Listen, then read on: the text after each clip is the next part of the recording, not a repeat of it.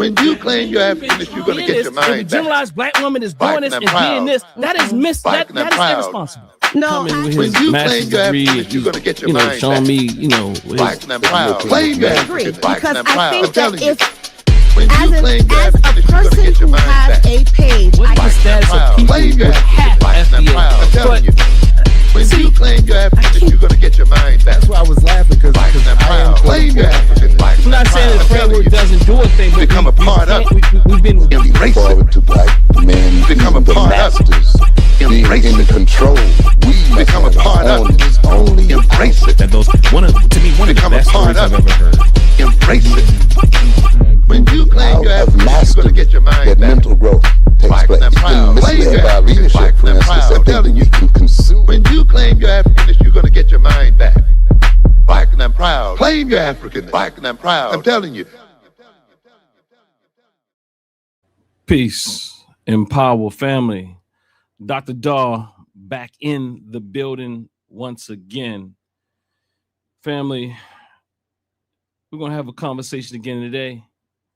Make sure you, as you come in the building, you thumb up the video, you like the video, and there's this other feature. I forgot what they call it, but you push that other button. What is it called? It's another button on there, y'all. I don't have it in my lexicon as of yet, where you can push it and it'll get it out to a wider audience. Y'all help me out in the chat, y'all if y'all know what I'm talking about. I think you gave that YouTube gives you a few of those a week, but make sure you spend one of those free whatever the click is on this particular video and other videos, and I would appreciate it.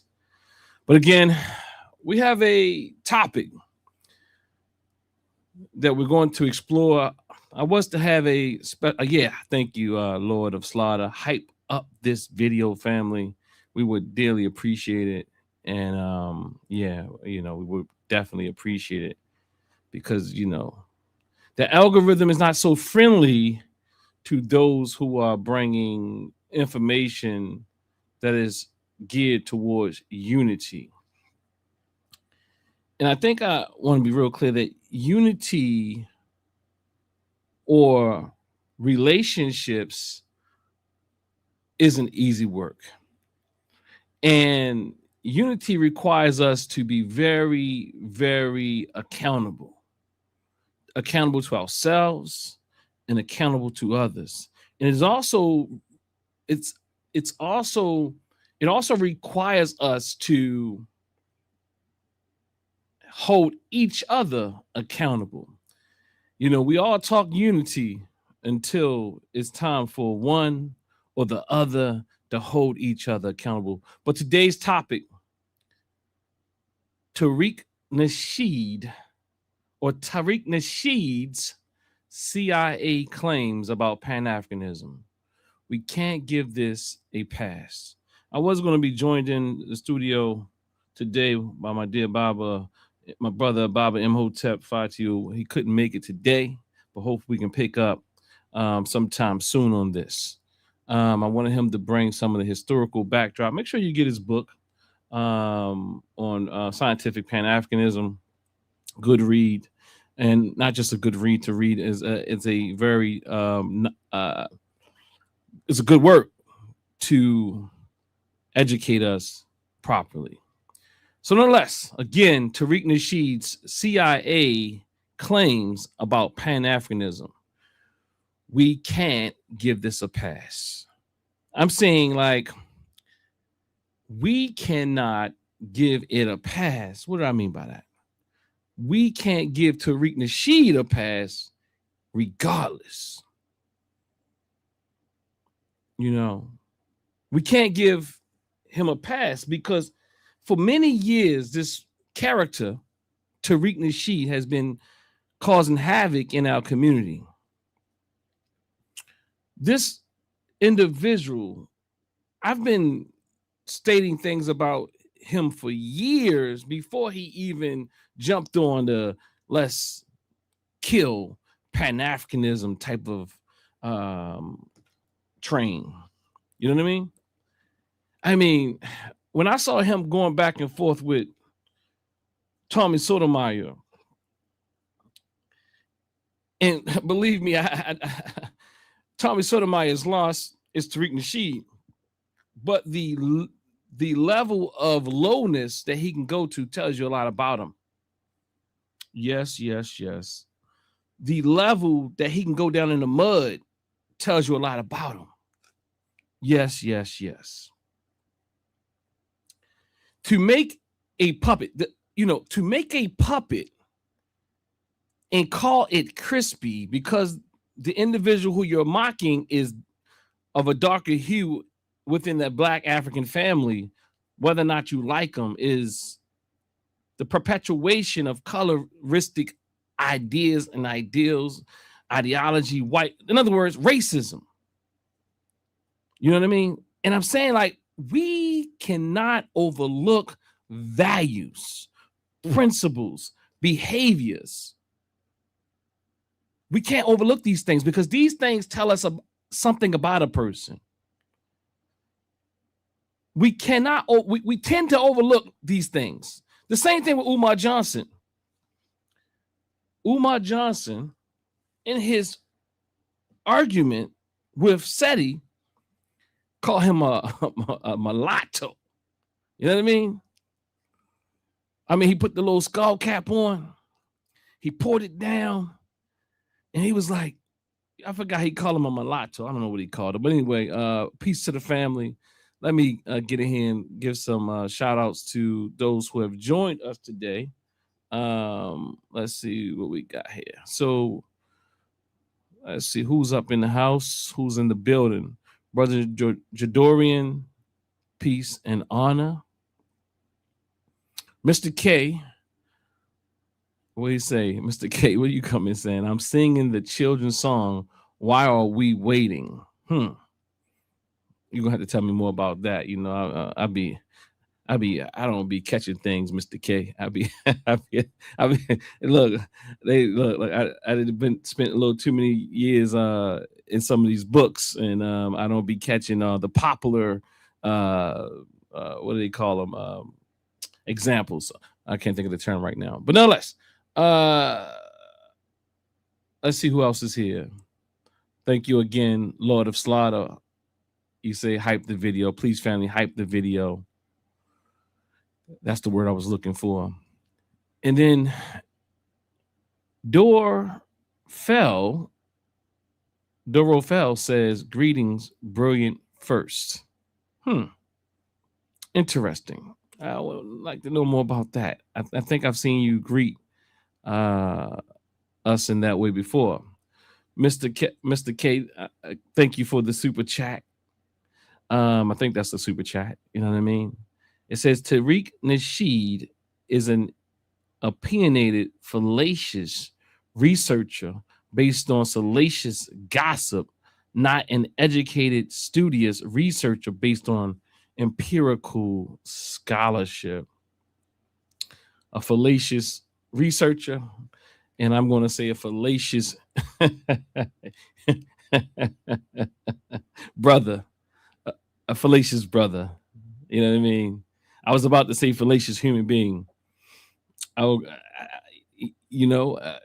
an African-centered perspective, he's a fallacious human being. I'll say that. So a fallacious person. Be Active says, salute Dr. Dennis. Salute to you. Doro Rofel again. Door of L. Okay. Oh, Door of L. Hey, thank you for the correction. Black. So you also say door of L. Door of L. When you put all those words together, you be trying to make sense out of it. I'm thinking like door of whatever they do with the music. I thought that was something like that. I'm not really good with that either. So Door of L says Black etymology means brilliance, and we are brilliant in skin tone and mind. I can get with that. I can dig it. That sounds so refreshing after watching clips of FBA's leader, Tariq Nasheed. And I realize I have to watch his stuff. I've realized I have to really watch his stuff because initially I just couldn't stomach it. But I realized it's not that hard to like people like, what is Tariq doing? What is he doing? Why are you talking about Tariq? Like, just watch any video. Watch any video. And if you have any understanding or values that are in accord with Black African Senate or Black or humanistic or Black and just being a principled person, it only takes 3 minutes of most of his videos. So at this point, I have to question you. What are you protecting? See, we have to get over this idea of protecting that pseudo documentary called Hidden Colors. See, some of us just we became so happy that he created this whack documentary called Hidden Colors, which my dear Baba brother said that it was done well. It was polished. You know what I mean? He did a good job of wrapping it up in a veneer, but underneath it, in the content of itself, and the way he chopped and screwed it, and some of the content just in general is fallacious. I'm sorry, y'all. That goes back to Mr. K's point that Tariq Nasheed is an opinionated, fallacious researcher based on salacious gossip, not an educated, studious researcher based on empirical scholarship. I saw Tariq Nasheed's game many years ago. And of course, I'm telling people things years ago, and they're like, all right, bro, but he made the documentary. I'm saying, well, the documentary's not even that great, but you don't touch when you're dealing with harm, when you're dealing with hurt, when you're dealing with white supremacy ideology and being enacted on you daily, you will take a lot of stuff, even if it's harmful. People who are dealing with white supremacy, trauma, hurt, pain will take drugs to deal with the impact and the effect of white supremacy. So why would you rather tell them go and look at this documentary that Tariq Nasheed said, or take the heroin? I say neither. Hey, look, you think that one is more devastating, but I promise you, Tariq Nasheed is quite a drug, with maladaptive consequences. I promise you that Tariq Nasheed is quite a drug with maladaptive consequences. What do you say here? It says forced torture watching his stuff. Yeah, man.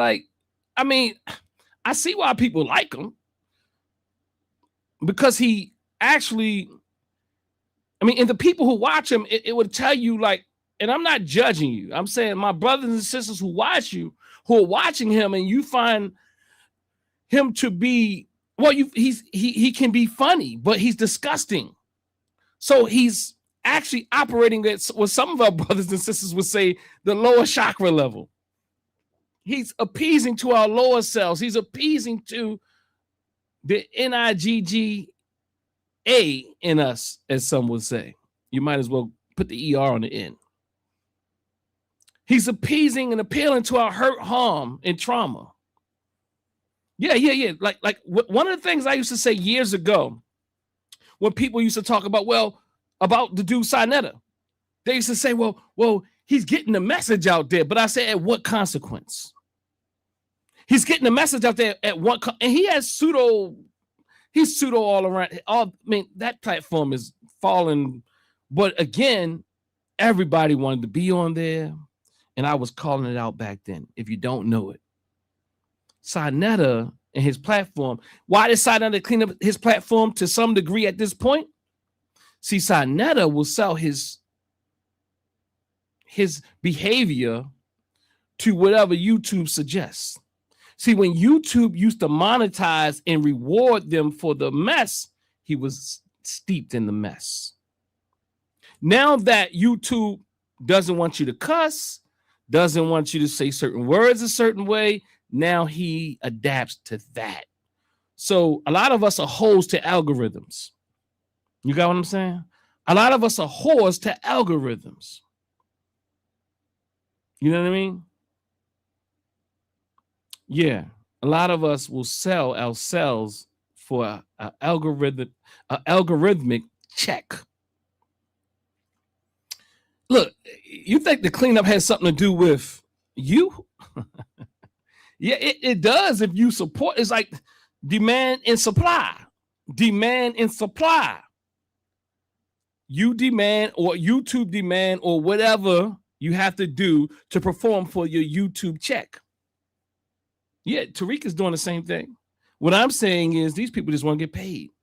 I've had conversations with people that are adjacent to some of these people, and man, I mean, most of the time it's about these YouTube checks. Even people I know, like, they're always coming up to me like, yeah, YouTube check. Yo, I'm not worried about that YouTube check. I'm not worried about that YouTube check. Now, if YouTube will give me a YouTube check for combating these frauds, oh yeah, give me my YouTube check. You know what I mean? But I know, and you know, if I became an FBAite, a Tariqite, the check would be larger. It would be great. Just imagine tomorrow I become an FBA. Just imagine tomorrow I've become a FBA. I can't do that. But I've seen this sister. I can't think of her name, but she's on TikTok, and she got the eye of her rule in between her right here, you know. What you call that? I know y'all special. Y'all know all the things, solar plex, or you know, she got it right here between her, you know, her breasts. And she looks very African centered and all that type of thing, and peace and blessings, my brothers and sisters. See, again, I say she was trying to get on what people call African centered or the Hotep hustle. And I don't look, we should never denigrate the word Hotep to that degree. So I'm gonna greet you all with Hotep, or as we used to say in the African village, Mayat Hotep. But that train had run its course for them. See, because they're not in it for that. That's, you know, that's the same thing with Umar Johnson. Umar Johnson had created his new version of FBA, but he flip-flopping because he don't know which way to go right now. But he knows there's an audience out there, and he knows that his Pan-African bubble has burst. Because I was arguing with people back then, like Umar is a fraud. And you don't know how many conversations and how many people was so upset and didn't want to be my friend no more. And I'm like, bro, it doesn't make sense. I'm like, you literally are here with me and we doing some things, and I'm doing, and you are literally look at Umar, his dream of this space center. People in my own community are getting mad at me because of Terrence Howard and his fraud stuff. People in my own community asking me like questions like, why do you think Billy Carson is not real? Because he's not. I mean, like, the dude got a whole underground world with giants in it.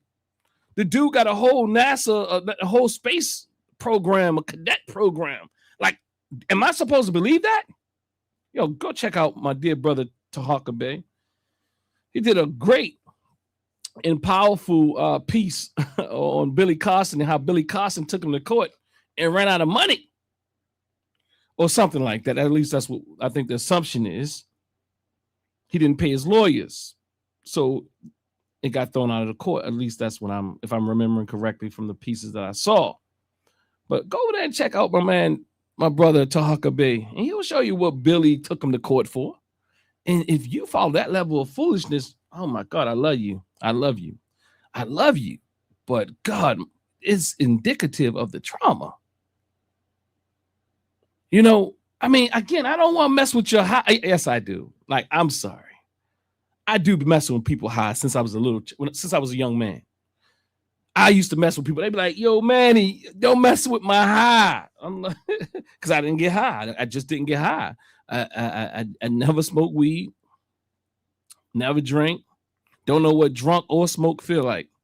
I'm just saying, I used to be loud. They were like, yo, Manny, chill out. Well, that's my childhood nickname. And still, for people who know me since childhood, some of them call me Manny. Some of them call me Dennis. Some of them call me both. Some of them, so what I'm saying is I've been messing people's highs up for a long time. I've been messing highs up for a long time. I don't even know what that means. I just know they used to say it to me, yo, don't blow my high. So Dr. Dennis just challenged Tariq to read the book White Malice, the CIA and colonization of Africa by Susan Williams, as well as to interview her. Look, let's do that. All right, give me, hook me up with the people, y'all, and we'll make it happen. Hook me up with the scholars out here. Hook me up with I'm not saying they have to be trained by white supremacy institutions, because a lot of people who go to these institutions, they got to do a whole lot of unlearning. I'm just saying people who are thorough. If they went to what you call the route of academia and they made it through and they didn't get caught up in the white supremacy trap, bring them on. You know what I mean? Even if they got levels of trap, but they got some good information, bring them on. But those who are out here who didn't go through that trajectory of white institutions, bring them on. Tell me about them. Hook me up. You know what I mean? And especially if they know there's these issues in our communities with these frameworks that are causing us division. These divisive frameworks. My Baba's here. Peace, Baba. What it is? My Baba said my Baba Saul Winkler says, okay. He said, it's the same old saying. Like the song say, whisper, sweet nothingness in my ear. Pardon y'all. Same old saying. Like the song says, whisper, sweet nothingness in my ear. And that's it. That's it. Let's see what I'm real horrible with the names, but Amon Pianki says, Pimpin introduced me to Dr. Joy DeGruy, but mostly plenty of people I don't need to listen to. Pimpin, I don't know what you mean by that. Pimpin introduced you to Dr. Joy DeGruy? Is that a person, or is that are you calling Tariq Pimpin? I'm trying to figure this one out. All right, y'all, I'm having a little something I got to figure out over here real quick. Why is it doing that? Okay, let's see here. Okay, hold on, y'all. I got to do this real quick. All right, so Mr. K, again, thanks for the super chat. Oh, Tariq equals pimping. Okay, I figured. Tariq equals pimping. Yeah, so, all right, let me let y'all know something. From the start, make a video like so I'm public, and I know that I mean well. I know what my purpose is, but I know my purpose is here, and it is for the healing of my community. Does that mean that I might not make a wrong move? No. But even in the healing process, even what we think are wrong moves is part of the process. In a therapy session, when you're working with somebody, sometimes you think that this might work, and they might tell you, go to hell. But you might do it, and they might be really successful. Or even they might tell you, go to hell today, and they have to go and settle themselves, but they might come back a week, 2 weeks, 3 weeks, several months later, and say, you know what? I see what you were saying now. Or I'm ready for it now. I wasn't ready for it then. So to me, it's all a part of the process. So what I want to suggest is I would say anything, and I want to be clear, including myself, whatever is discussed in the public, on social platforms, can be dealt with in the public on social platforms. And I really like to say, even if you like and love people, if you like and love me, You like, I see all types of people under my comment section correcting me. Most of the people, they feel threatened by me. Then there's people that, might say, well, you didn't consider this, or that's not accurate. But, I'm open to all that because I know I'm going to be inaccurate at times. I know that I will be inaccurate at times. I know that even in pulling all this stuff together quickly and trying to look at multiple pieces, trying to control cameras and looking at videos and all that type of thing. But I know at the core, well, let me say that at times everything that you mean and you intend to do might not come out as you intended, or you might overlook something. You're like, dang, I wish I said that later. But I'm also clear that the core of what I'm saying is accurate. I'm very clear that Tariq Nasheed is a cancer in the Black community. I'm very clear about that.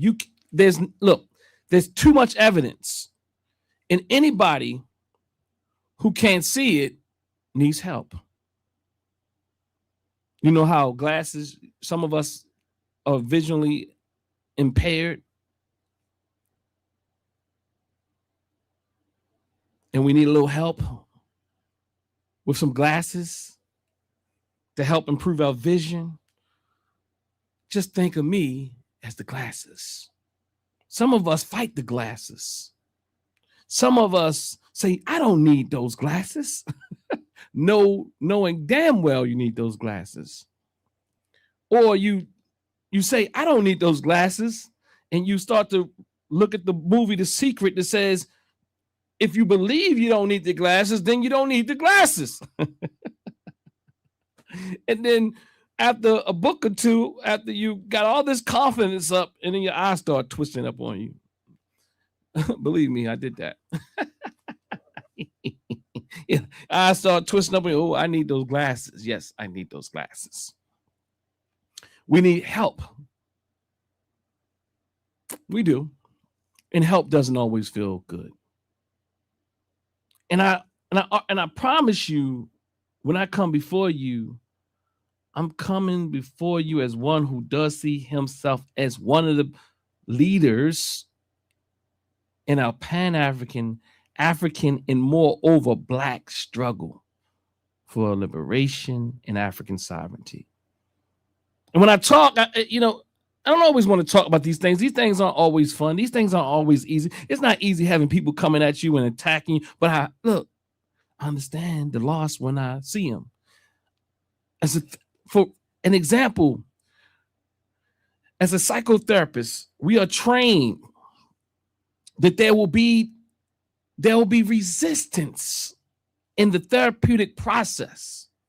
There's something called immediacy. That's a technique called immediacy in a psychotherapeutic process. It means you call out what you see in a session in real time. And I am saying we have to have a bit more immediacy because people are playing in our faces. Tariq Nasheed and lots of other people. I ain't calling no names this week, but we'll say that there's lots of us who are playing. People are playing in our faces. And I can't sit aside and let people play in my face. I don't do well with that. I said I'm my father's son, I'm my mother's son. Neither one of them deal with a bunch of BS. I don't, I struggle with closing my eyes and acting like I don't see what's going on. Even if I close it, it's still in my mind. I struggle. And I was talking to a person earlier today, and they said that, look,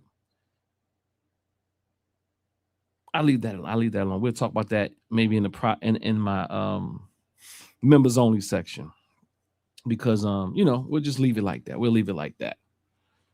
I don't want to go too far in this, but because today's topic is Tariq Nasheed's CIA claims about Pan-Africanism. You know what I mean? It's about his CIA claims about Pan-Africanism. We can't give this a pass. What am I saying, family? I'm saying that we can't give Tariq Nasheed no passes. I'm talking about none of us. And we can't give each other passes. None of us, including me. Hold me accountable. Hold me accountable. Hold me accountable. Hit me up. We can't, like, again, I don't even come for Tariq. Look, and I try my best to be even respectful as much as I can to Tariq Nasheed. Tariq Nasheed, boy, he's a look, it ain't no helping that guy. I mean, maybe if something happens, as I always say, but ain't too much going to change in him because you gave him some information. I was thinking about this idea of even when you see him seemingly taking information that seems like he's learning something, or even when he gives those in the African spaces compliments or well, this and that, it's a false concession. Think about it. The word false concession. He concedes to continue his agenda. It's kind of like what you find, what happens in this white supremacy culture that we find ourselves in. That like Freire speaks about in his book, Pedagogy of the Press, he calls it false generosity. So you will concede just to maintain your power. You will concede just to say, so that no one can say that you weren't fair. You will concede to throw someone off. Look, I'm sorry, I'm not a sucker. And what I mean by a sucker, it's very difficult to get one in over me. Even if you think that you got one over on me, I'm looking at your patterns. I'm looking at them. It's I don't know where it came from, but it's very difficult to get one over on me due to my life experiences, also my training. But I ain't never been nobody's fool. Never. Did I give people passes? Because I thought maybe they could change. I gave them some, not even pass. I gave them some time. You give them some room to see if they'll change. You'll give them some room to test them. You give them some room to see if they'll grow. You'll try to see if you can help them see things, and you'll see how honest they are. Tariq Nasheed, I'm telling you, he's beyond chances. He's beyond passes. Again, Tariq Nasheed's CIA claims about Pan-Africanism. We can't give this a pass. And not only those claims about Pan-Africanism, but the claims in general, we can't give Tariq Nasheed a pass. Look, if you're still looking for a glimmer of light, a glimmer of hope, I'm telling you, you're wasting your time. No one makes it to almost 60 years of age and not improving all that time, and they just wake up. No, it don't work like that. No, it's going to be very difficult. There's going to have to be some event, and you want the event. See, that's how we get caught up on an individual level into abusive relationships. and I'll use the male-female dynamic just to express this, but know that it goes both ways. But I typically see it where brothers typically have this type of personality that sisters want to change them. I'm not talking about all brothers and sisters. I'm talking about a relationship with this particular dynamic. Don't get confused. I'm not saying all brothers. I'm not saying all sisters. But for those who find themselves in abusive relationships, they see the person who's often victimized, which is many times the sister. But it's very complex, I'll tell you, because lots of times people sign up for these things and their hands aren't necessarily clean either. However, this people have been hurt who are codependent, who have codependency issues, will stay and think they can change. Or people who are tired of being alone, people who need people to save them, people who need figures and groups and organizations to feel identified, to feel secure, to feel safe, find themselves in relationships with people, groups, organizations that they think they can change when there's no changing them. It ain't no changing. And I say it very clearly. I'm not a one of happy-go-lucky people that's into psychotherapy and psychology and counseling and all that. And I just think, oh, everybody can change. Well, that's an ideal. Yeah, that's an ideal. I mean, but the reality is, nah. Maybe with the right consequences, the right events, the right circumstances, yes, anybody can change, but those circumstances aren't going to happen for everybody. I mean, there are people out here who believe that if I pray enough, if I fight enough, if I meditate enough, that someday there will be no corrupt people, governments, presidents, mayors, principals, teachers, men, women, and you are living in a delusion. And these people I know. I study human personality.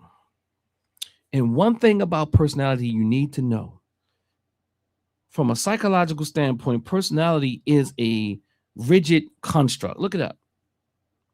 Personality is, in essence, the way one thinks, feels, and behaves as a result of their genetics and their experience on this earth.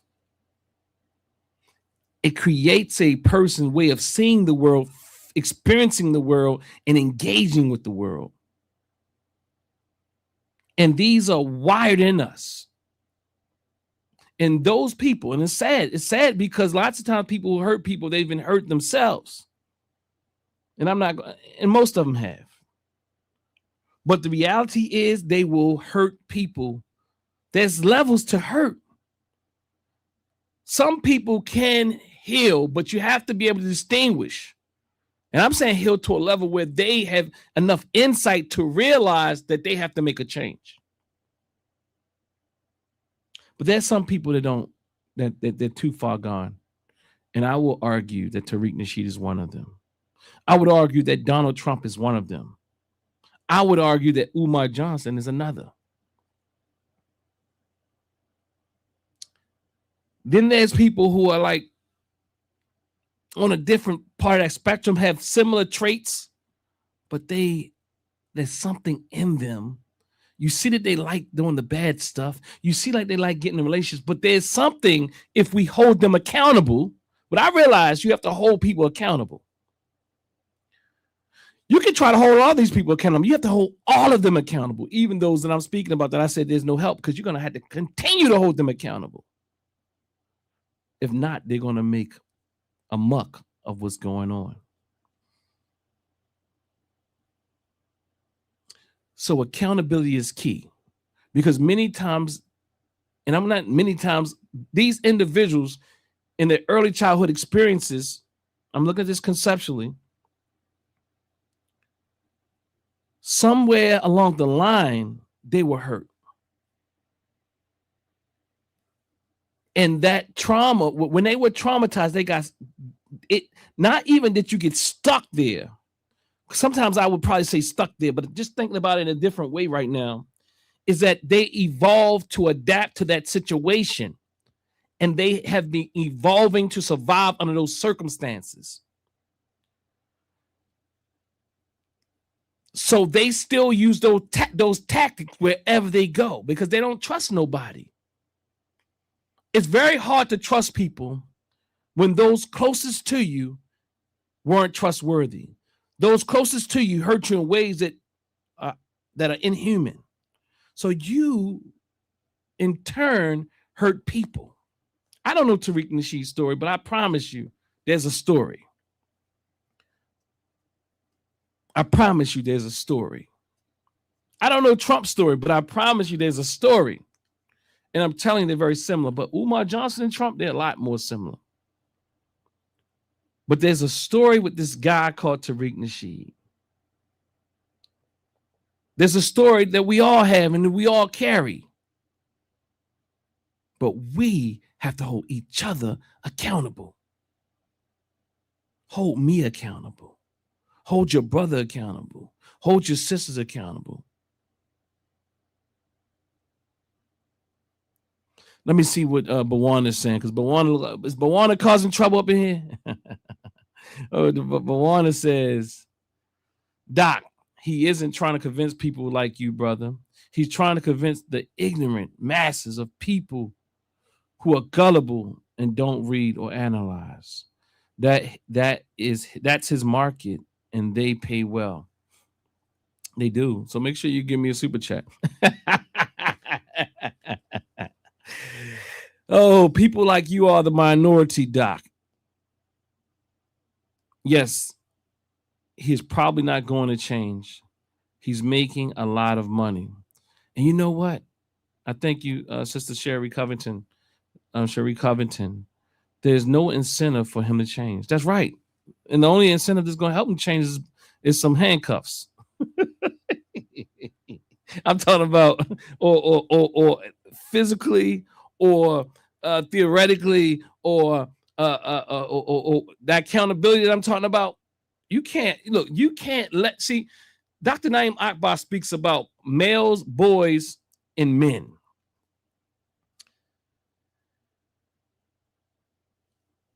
Tariq has graduated to be a boy.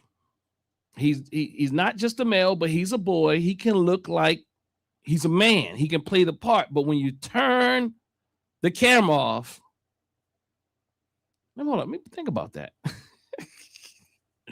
He operates as a male most of the time, but he becomes a boy when he needs to be. Because he just lets you, and part of that is he knows that there's an audience for messiness. He knows that hurt people love to see messy stuff. Hurt people love to see other people get hurt because it takes away from their own pain. So anyway, let me get into these slides, y'all. Let me get into, I'm going to try to get in and get out today. All right, family. Tariq Nasheed's Pan-Africanist question. We can't give this a pass. Let's see how we're going to do this.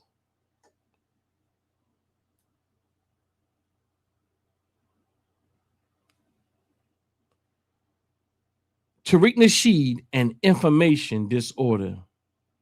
Using information disorder as a framework to assess rhetoric, harm, and community framing. I put here, this show is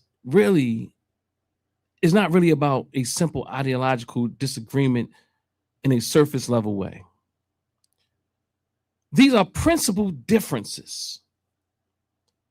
Principal people guard who they associate with and how they associate with others, and are responsible to the community of individuals who they are a part of and represent.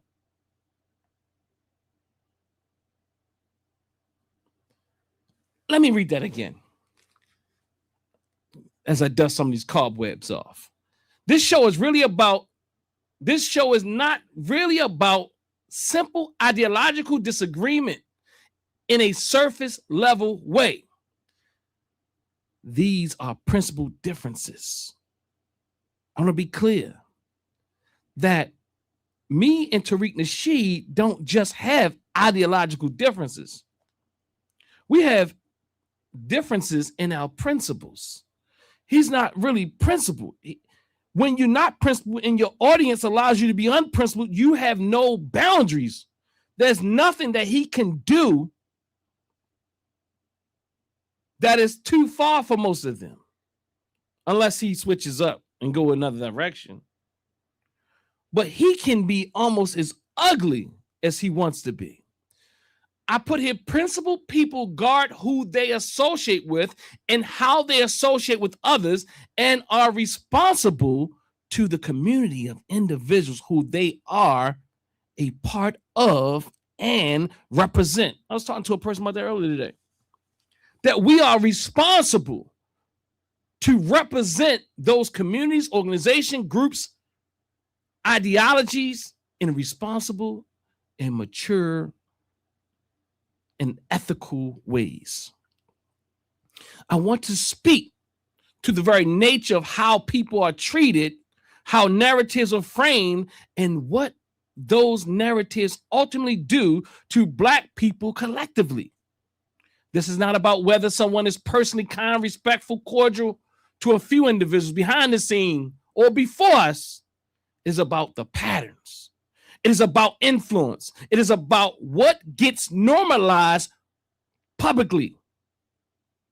When I critique Tariq Nasheed, I am not speaking about one isolated interaction or how he may treat certain credentialized people, elders, or individuals he finds useful, agreeable, or exploitable in a particular moment. Again, let's be clear. I am not talking about people that he finds, such as elders and credentialed people or individuals he finds useful and agreeable or exploitable in a particular moment. I am not talking about that.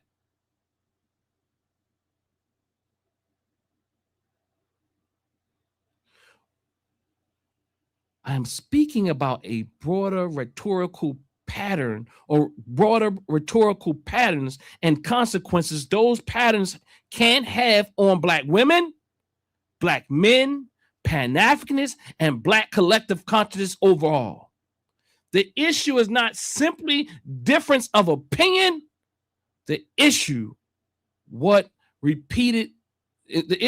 was repeated publicly, or public framing. Let me say that again. The issue is what repeated public framing does to people psychologically, relationally, and politically over time. The narratives and how it impacts us. That is the conversation I want to have tonight. Conversations with Dr. Dahl. So this model, as I articulated to you the other day, I want to continue this pattern. I want to continue using this framework. It's essential that we use frameworks because, as one of my mentors say, when we use frameworks, we use theories, we use models, it helps get us out of the way.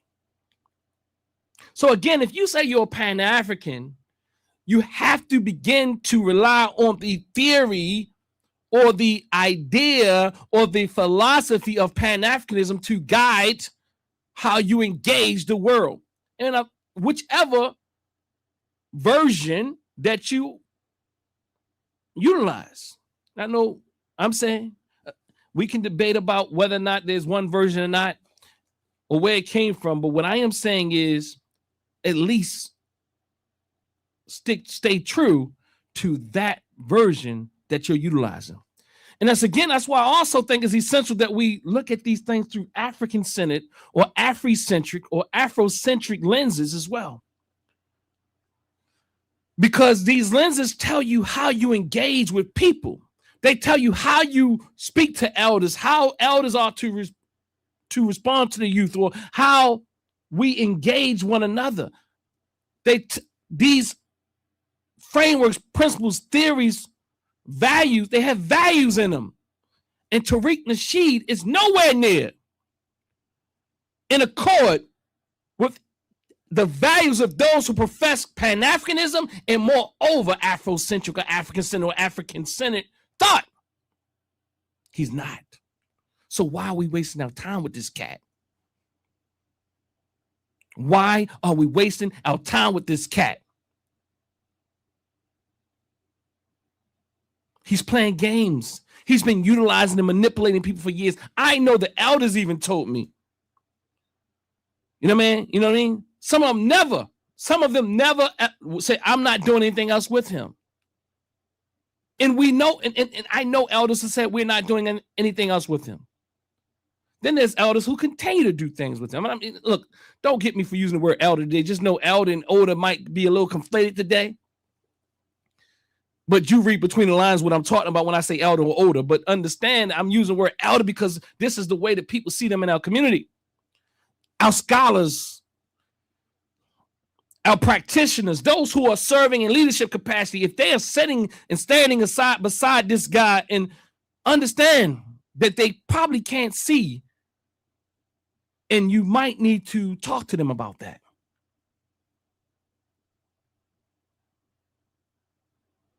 So again, this model is looking a little funny on here, but the image gives a clean diagnostic model. Again, there's misinformation, disinformation, and malinformation. Misinformation is falsehood without harmful intent, such as error, confusion, or satire taken literally. The image defines it as unintentional mistakes or accuracies. Disinformation, falsehoods paired with intent to harm, including fabricated and deliberately manipulated content, conspiracies, theories, and rumors. And then you have malinformation, real or partially real material deployed to injure, distort context, or weaponize disclosure for harm. You see, we have an agent. We have a FBA in the building. We have an FBA in the building. You see, this is how you know they're in the cult. I'm gonna write on you. Thank you for being a part of my study. Thank you for giving me content, Top Flight TV. I mean, you ever notice that they're very similar, even with they're either some top flight, big money, big daddy, you know, this TV, that TV. And if you go to their channels, most of the time they ain't got nothing on it. I don't even know. Somebody go and look up Top Flight TV and let me know if he has any videos or she has any videos, if they're more like a troll. Top Flight TV. And what kind? And then you go and look and you say, oh my God, I have pity on this person. But again, he says, let's be honest, Pan-Africanism dropped the ball throughout the years. What does that mean? That's just a talking point that Tariq Nasheed says. So they repeat it. That's the best they can do. That's a talking point that Sincere to Love God repeats. That's a talking point that hurt people repeat because they don't even know what it is. They don't know what Pan-Africanism is. They wouldn't know if it accomplished one thing or another, if it hit them in their face. Because they're deluded many times. See, hurt people are often deluded. And they don't look at goals that are realistic and reasonable, specific and measurable, or timely or time bound, or again, realistic. I did the whole SMART in my own disorganized way. Specific, measurable, achievable, realistic, and timely, time bound. They don't know anything about what is realistically probable or probabilistic. They just say stuff like this because they expect more, but they don't even know what they expect. Because then you have to ask them the question, what has the cult of FBA really accomplished besides causing hell and havoc? And they, really, a lot of people don't even know who they are, so they're not even doing it so great, but they are causing it, and they are achieving some level of impact. And if we don't confront it, it'll just get worse. I argue that those of us in these spaces, we need to talk against it and make sure you put their name in the algorithm. Yes, put Tariq Nasheed, put FBA, put all of that stuff, and talk about unity. Because you can play nice all you want to when this is war. Well, I won't do this because I don't want them to do. I mean, I've been there. Nah, put all their names in there. And put things on thumbnails that will bring people to listen to something more healthy.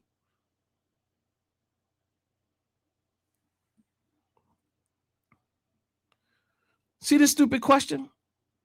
This is what they say. Serious question. Why aren't you living in Africa? And they're supposed to be black. Where did they learn that from? Isn't that like a white supremacist talking point? Or, I mean, maybe you might be white. I don't know. Mossy Warrior Clan says the fact that he was a promoter of Pan-Africanism, then grifted into all those avenues for relevance and then find his lane and took advantage, created his cult. Absolutely. Absolutely. Let me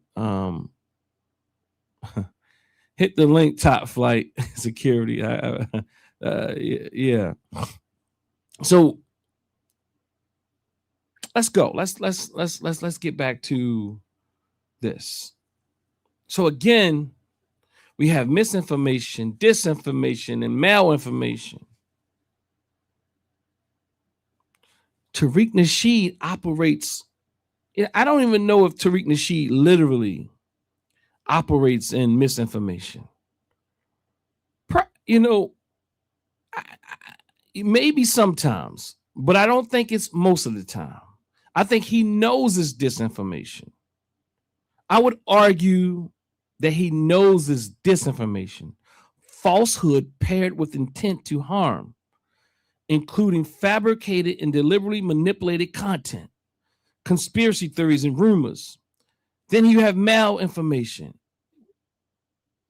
His goal, real or partially real material deployed to injure, distort context, or weaponize disclosure for harm. Look, to distort context. He doesn't give real context. He gives you Tariq context. He gives you what he believes. He gives you what he, not what he believes. He gives you what he wants you to believe. He gives you what he wants you to believe.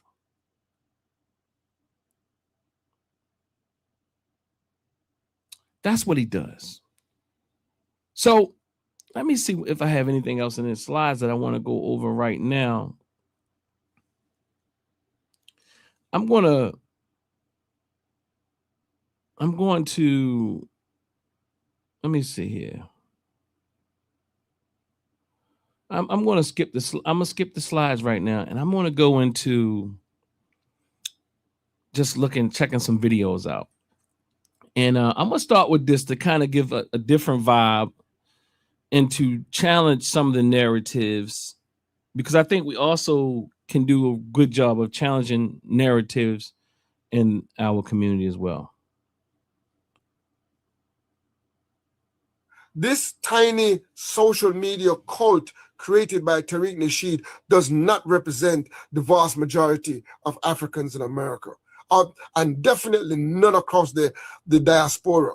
They don't represent the views of those in the Afrobean, the Caribbean, or Central and South America, or Europe. They only represent this tiny, distorted, narrow, lazy thinking, weak thinking group that is so infested by white supremacy, that so white supremacist virus have penetrated them so deeply that you can hear the white supremacist narrative in a black version of it. Sometimes some people call them the Black MAGA.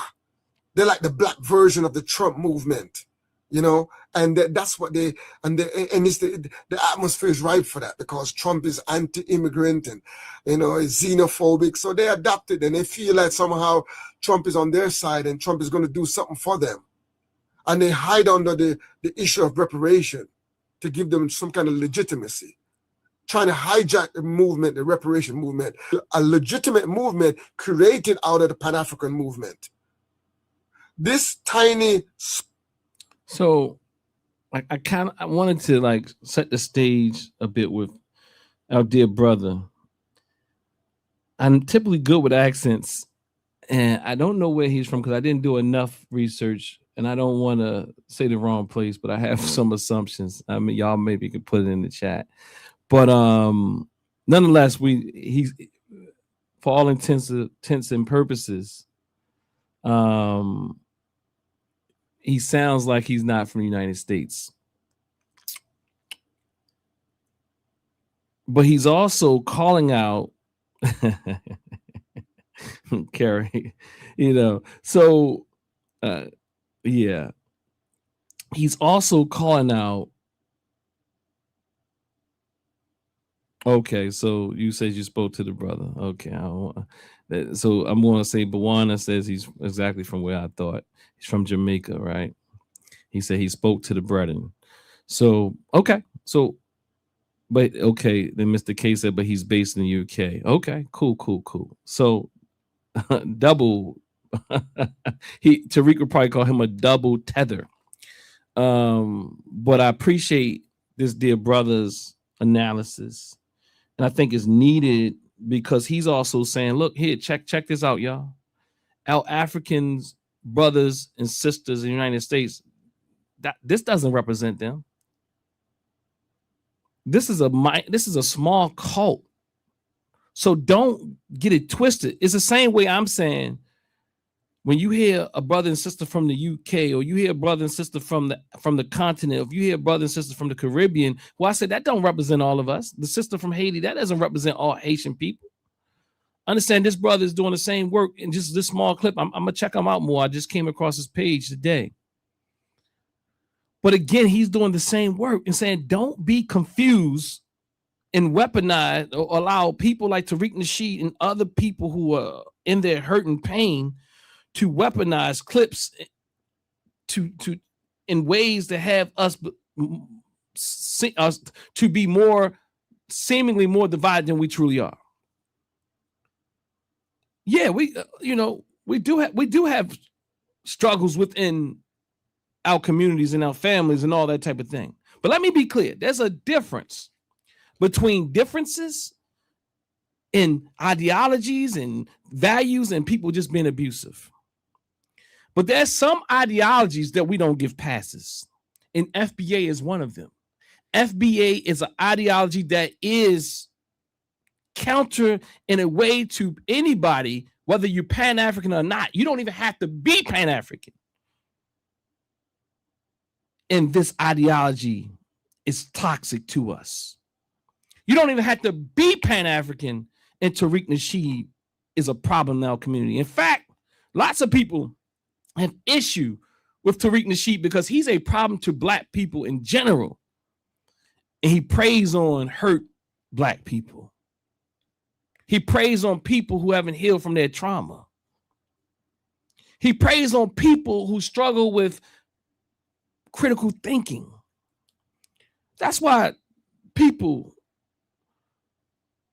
have had in their organizations and their study groups, such like here, like TNAT, we study. Like PLM had the ACT study groups and critical thinking and awareness was in there. It's about us honing in the ability to have a critical analysis. I mean, I can give big ups to groups like the think tank of what you call Leaders of a Beautiful Struggle here in Baltimore, who doing great work.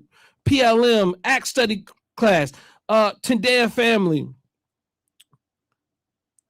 Different groups that are really, really thinking about these things and thinking in ways and not always agreeing. There's a difference between these groups having some differences. Bro,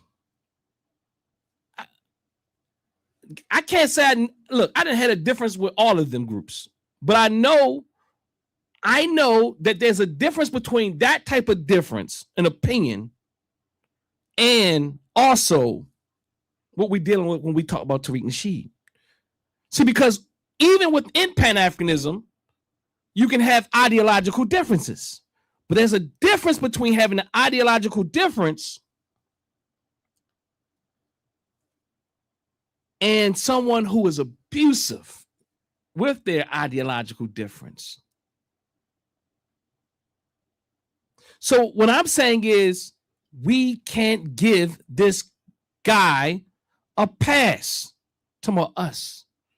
And not even us, not you, not me, not none of us can get a pass if we're spewing this type of rhetoric. Does this mean that we don't allow space for them to heal and wake up?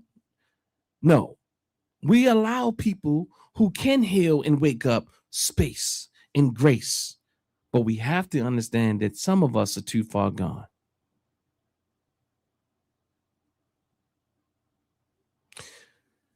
You know what I mean?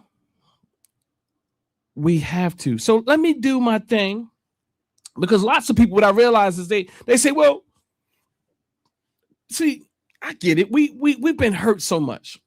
And a lot of us ask the question, so why do we need to fight and why do we need to call out Tariq Nasheed? He's a great leader. He made a great documentary.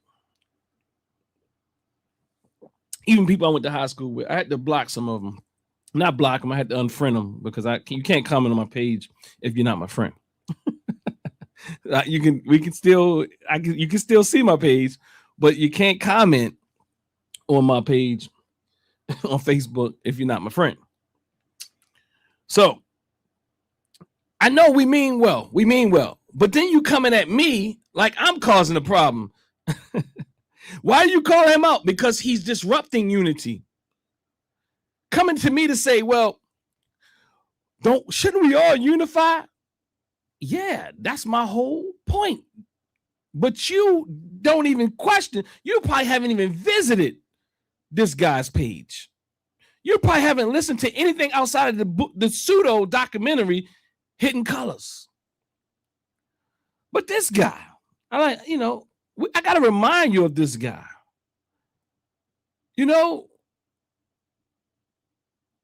I'm going to go here to this is coming up. Get your tickets ready. The Cameroonian man says FBAs don't know where they are from. Okay. And he going to sit there and make this a problem. And I guarantee you all the Cameroonian man is likely saying is that you are from this continent called Africa. FBAs, you need to know where you from. And then he might likely be talking about the FBAs, that the cult, not the African American population, but see what Tariq Nasheed will do in the FBA followers, cult members, what they will do is act like he's talking about all African Americans. Oh, see, he's coming for FBAs. No, he's talking about y'all cult, not Africans in America. See, they get and some of them believe it, and that's how they get caught up, because they're not utilizing their faculties. They're not critical thinkers, and we have to learn to be critical thinkers.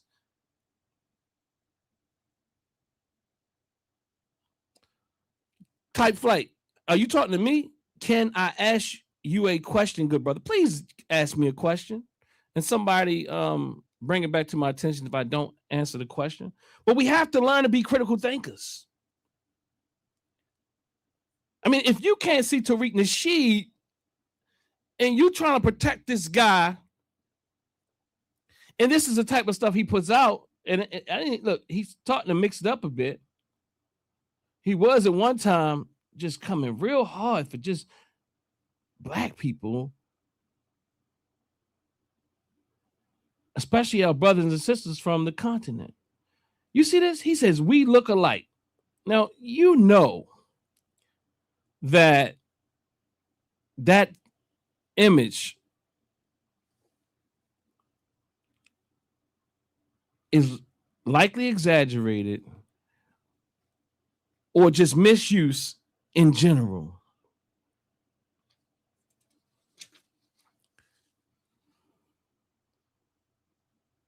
And he's very strategic about it. See, again, when we think about the model, you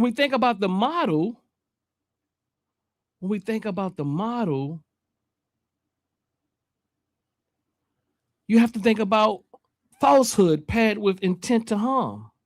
These images serve as disinformation. Falsehood paired with intent to harm, including fabricated and deliberately manipulated content.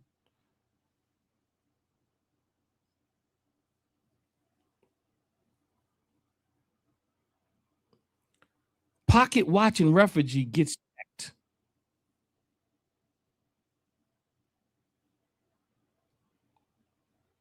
Hey, Top Fly, I see you jumped in. I was just reading the comment. I didn't want you to come in. I'm not wasting my time. But I do appreciate you can come in later if I have time. So pocket watching refugee gets checked. But you can stay on Top Flight if you want. You just have to wait because I don't want you to disrupt real education with your FBA-isms. But I see you look. Are you sincere, Top Flight? Top Flight, are you sincere? Give me a thumbs up if you're a sincere person. You sincere. You have a question for me. Is that all? All right, let me ask you a question. I'm just going to answer I'm going to get your question. And I might not, if I can't answer it, I'll tell you I can't. If I can, I can. Go ahead. I'm gonna let you go. And I'm gonna let you go. Go ahead, brother. Peace. Where you calling from? Hey, peace to everybody, man. Shout out to the chat. Shout out to you, good brother. Yeah, my question is, I want to ask the people in the chat, and I want to ask you, where do you all think this started? When do you all and why do you think the delineation movement started? Okay. Is that the question? That's the question. I appreciate it. But I want y'all to think about it, though. I want y'all to really ask. So I'm gonna answer it. Look, I'm gonna answer it. But I appreciate that, brother. So Top Flight, at least he answered the real question. So I'm imagining Top Flight has some level. He might have some level of being really caught in this thing. And he asked the question about where do we believe this started?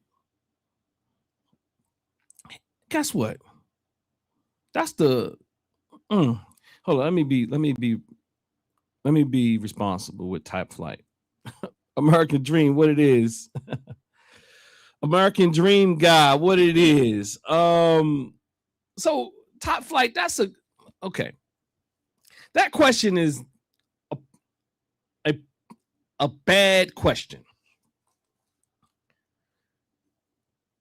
Like, that is a very general question that nobody would ever like anybody with any real sense of research know that you will never be able to answer that question. And first of all, what do you mean by where all this started? So what are you saying? The first person who threw a shot at somebody was an African saying something about an FBA person?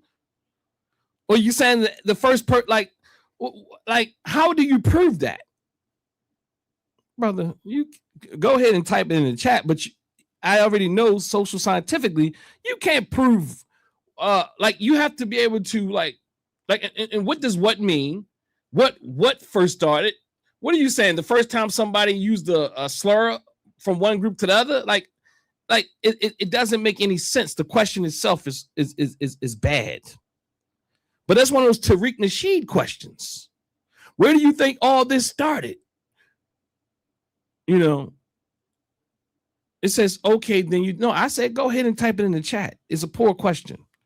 I mean, if you ever took any, like one course on research, you will realize that's too general of a question, one. And two, that question, I don't know how you're going to measure that.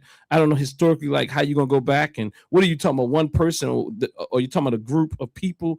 Where did it first start at? Like, it's not a real good question. I'm just being honest. As your professor today, you're in my class. That's a bad question. You have to now narrow that down.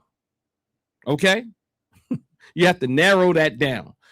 See, new researchers and new students often are asking these very general, generic questions that are too difficult for research. That is not a research question.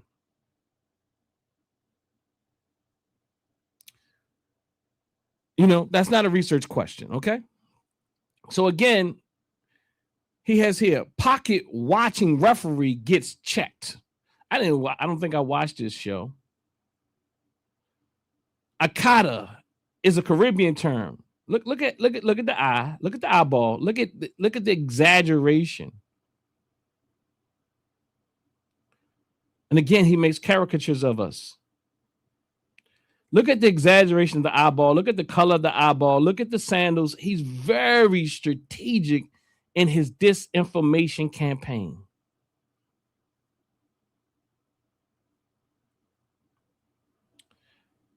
Akata is a Caribbean word. I'm certain you all can catch things that I won't catch in this quick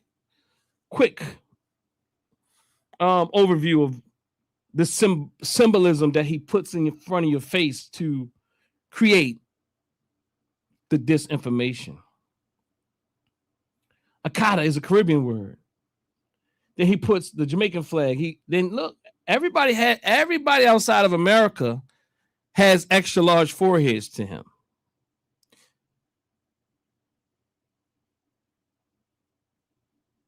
You know what I mean? Like he does the most. He has another channel here that I was like asking, where did this video go? I was asking myself, like, where did these videos go? And I didn't realize Tariq has multiple channels. So you have this channel. I don't know if it's his channel or somebody just uploads things. Y'all probably can tell me more. But then he has this channel. Okay, he has this channel, or somebody has this channel with his stuff on it. And then he has this channel. And on this channel, look at his more recent stuff. Look, Tariq versus Pepper Punk. Look, he has a British and Jamaican flag. So he's coming for UK Africans and Jamaican Africans. And then he puts it he pairs it with a pig. And he calls it Pepper Punk. I don't think that you have to be a Pan-Africanist to find exception to this.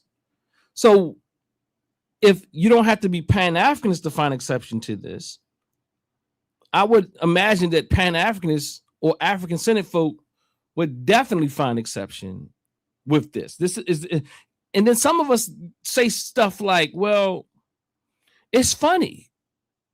And, it's just entertainment. But let him tell you he's an entertainer if that's what you're saying it is. So let's see what this person says here. KW Dawn 7 says IZM is his channel. He used to podcast on that channel. So okay. And he's probably starting to, I don't know what's going on, but he's probably trying to get some traction back into that channel. So Botswana caller gets debunked. live. Look, why is what's up with these facial features that he creates? Again, the return of Count Musty. Like, y'all talking about minstrel shows and all this stuff that white people have done to us, and y'all letting this person, this individual, roll out here like that.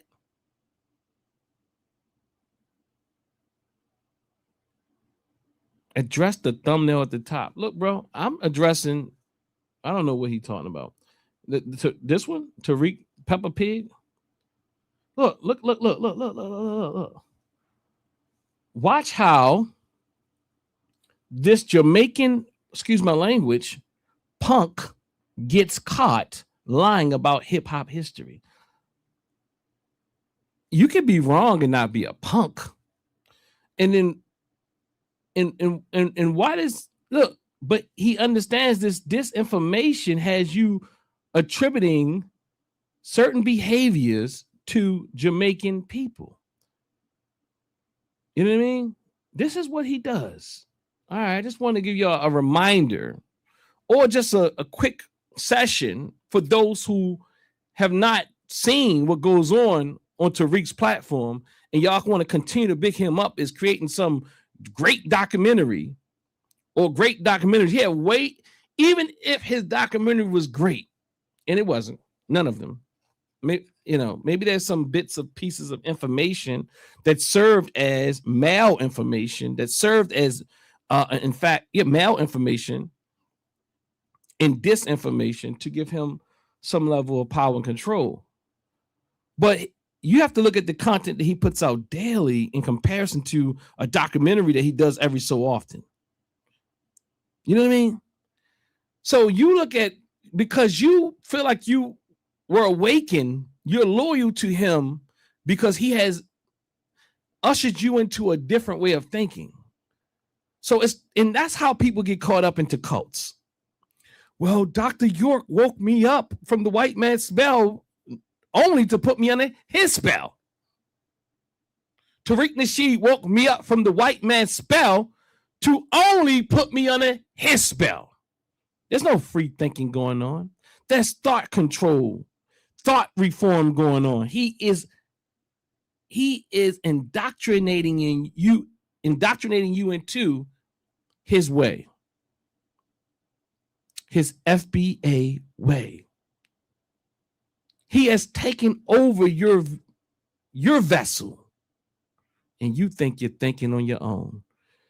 But if you're thinking on your own, I have to ask you the question, why do you say the same talking points? Why did I know the brother was going to get on here and ask a question like that?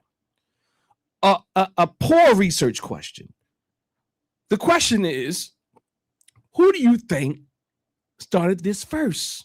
That sounds like a child-like question. No harm to the brother, but I'm saying he's been trained to do that. Who did it? He did it first. He did it first.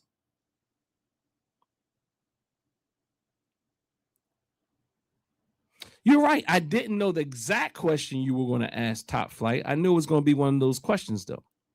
You only have like they only have like a handful, and they all, Bawana says there's 3 million of Jamaicans in Jamaica and millions in the U.S., Canada, and the UK. So which Jamaicans you talking about, making broad generalizations for all those people? Top Flight, I appreciate you because I can see that you really you're fighting for what you think is right. And you said, I'm scared to have the convo. I'm just smart enough not to have it with you. I'm smart enough not to have it with people that's going to take a lot of energy out of me and are not ready to learn. I often say that one of the mottos I want to live by on these, when I'm talking about this particular conversation, I want to follow that motto that Dr. Clark laid down. I'm not here to debate you because I only debate those who are on my level or above. You ain't there yet. You're not there. I would even debate one close. And I'm not even say debate. I said I'll have a conversation that, because the problem is you're going to be debating, fighting for you're going to be fighting because you've been indoctrinated, with all due respect. And I don't, this channel ain't for me to sit here and let you play games with me. I mean, well, you don't think you're playing a game, perhaps. All right. Let's get started. Y'all see it blown up. We look alike. We look alike.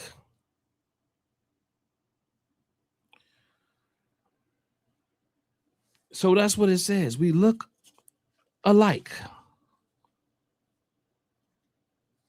Let's go to the 8:17 mark and we look alike and get started. And I'll be breaking in here, y'all, just for copyright. And I might repeat it. I might repeat what they said, sometimes to make sure you heard it, sometimes for emphasis, and sometimes just because I just want to break the flow up. So, for the copyright. Okay? Don't beat me up too much, y'all. I'm trying. You know what I mean? I'm trying. Hold me accountable, make me better. But let's go. Brother that's handsome as me. I don't know what the hell. All right, let me slow down before y'all get me. I listen to it like that, y'all. So I'm going to take it to 125. 1 point. I'm going to take it there, okay? And I'm going to back up. Now we're going to go to 8:15, and let's play. Over there and find a brother that's handsome as me. I don't know what the hell he's talking about. I was like, it was just like, well, take your head off. I said, if I take my head off, you're going to see an immaculate hairline. I said, I don't know, no cousins. This is Tariq Nasheed in a caller. Yeah. And what they're saying is they don't look like us. They don't look like us. That's their premise here. Okay, let's let it rock off. With no peppercorn edges over here. I said, I don't know what y'all talking about. I said, I look like a Black American. I don't look like what they got going on over there. Mm-hmm. It's a weird comparison thing. It's like, why are you trying to, get the hell out of here with that? Yeah, man. Yeah, thank you, brother. It's deep, man. They want to Africanize us so bad. And the fact that we're not allowing ourselves to be Africanized, that's the problem. Because, see, they need to Africanize us so they can co-opt our civil rights infrastructure and resources. See, they need a universal African label onto us so they can access resources. See, the civil rights infrastructure in the United States, like affirmative action, minority business grants, and diversity quotas and all that, that was paid for in the blood, sweat, and tears and sacrifices of the foundation of Black Americans. So by pushing this model. So you hear him talking. He's talking to the brother, and I'm gonna keep playing. The global Black African identity, immigrants from Africa and the Caribbean, they can just parachute into a protected class status and get all the benefits that we fought. They can basically bypass all the historic barriers that we faced. You understand? And just come in scooping up every damn thing. You understand? And then they try to guilt trip us with Pan-Africanism. That's why they always try to they got to do all these weird things to put an African label on it. Well, your FBS used to be Pan-African. You dig? That's a manipulation tactic to shame us out of our own ethnic self-interest. See, what they ignore, Pan-Africanism, that was an intellectual. Okay, so listen very closely, y'all, as he's going to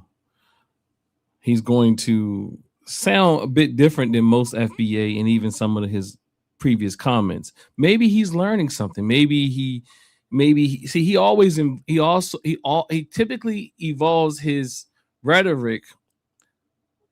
But please understand something. I'm gonna let it play. But this right here, what he says in this video, the video on the that is against label we look alike or something like that on his channel, he's going to discredit much of what you hear FBA followers say. Watch. Export created by a lot of us here. Right? Okay, listen. A lot of us here.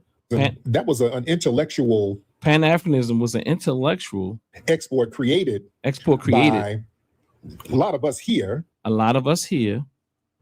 And Caribbeans as a. You see how he said and Caribbeans, like he said it so quickly. He didn't want to say it. He took like a swallow, like and Caribbeans, and then he kept going. Look. But what you hear FBA in FBA land is that only us, African Americans, we created Pan-African, and we the only ones that followed it and all this type of thing, right?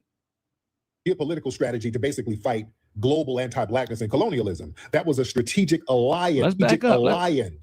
That wasn't an anti-blackness and colonialism. That was a intellectual export created by a lot of us here and Caribbeans as a geopolitical strategy. And Caribbeans as a geopolitical strategy. He was like, should I say it?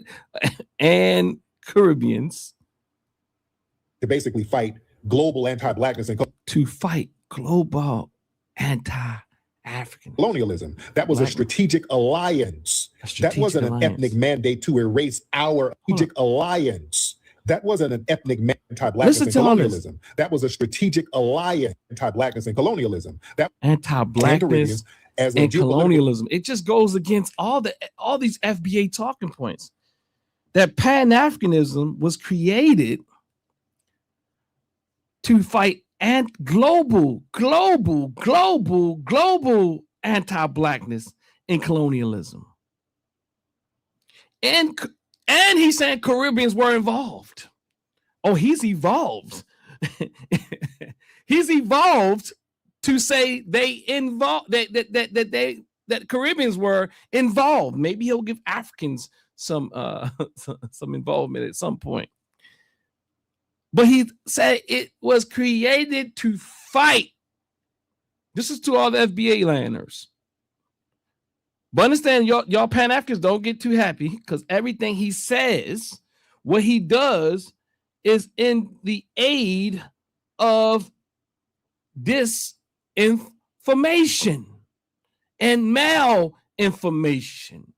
Disinformation, falsehood, paired with intent to harm, including fabricated or deliberately manipulated content, conspiracy theories, and so forth. But the malinformation is real or partially real material deployed to injure, distort context, or weaponize disclosure for harm.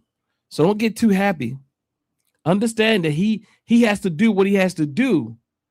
He has to do what he has to do to, and again, as I started to show off, it's called false concession, false generosity. What do they call it in critical race theory? Dr. Derek Bell. He calls it interest convergence. You're going to give up a little something so you can maintain something. You're going to seem like you're giving up a thing to maintain power control and also to act like you're doing a thing. Then later come back and say something different.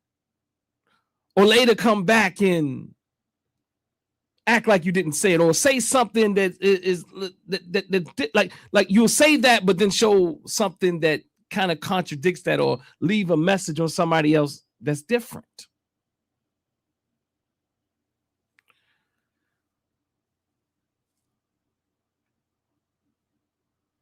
All right, so let's listen to him.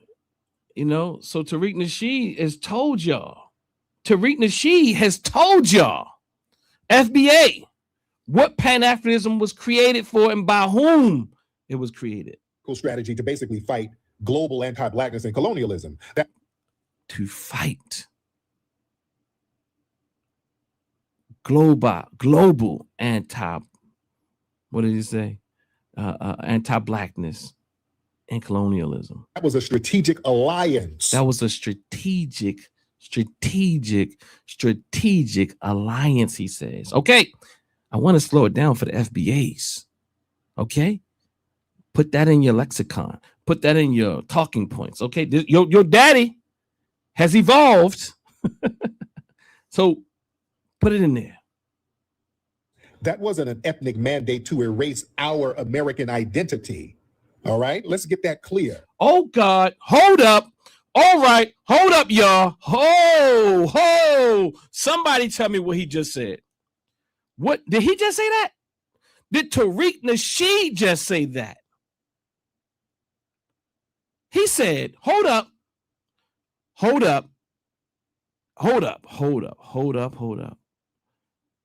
Did you hear what Tariq Nasheed just said? Let's back it up a little bit. Listen to what he says. All right, let's get that clear. We always knew we were American. Oh, he said, let me back it up a little bit, y'all. He said it wasn't about Pan-Africanism. It's not about erasing, or wasn't about erasing. Listen. Ethnic mandate to erase our American identity. It wasn't an ethnic mandate to erase our American identity, Pan-Africanism. But this is what they're spewing all around the world. Maybe that conversation with Dr. Wright has evolved his shenanigans. I don't know. Maybe he said this before, but it doesn't go with the FBA talking points. But even if it's evolved, understand that's a tricky guy.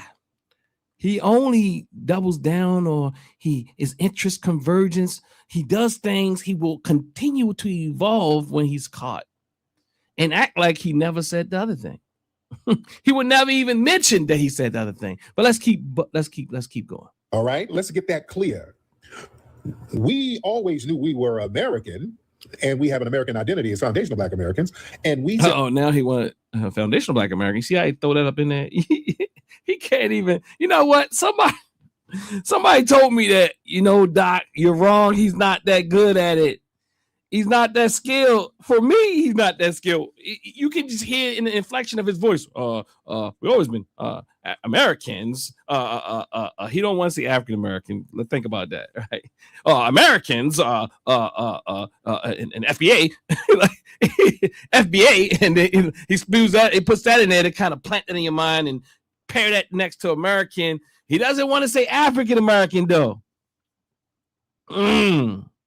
Check it out. He's a magician.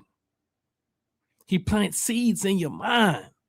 You know what I mean? But look, check out. Look. If you don't, I don't want you to forget the thumbnail that's being played here. He's saying He's saying they ain't like us.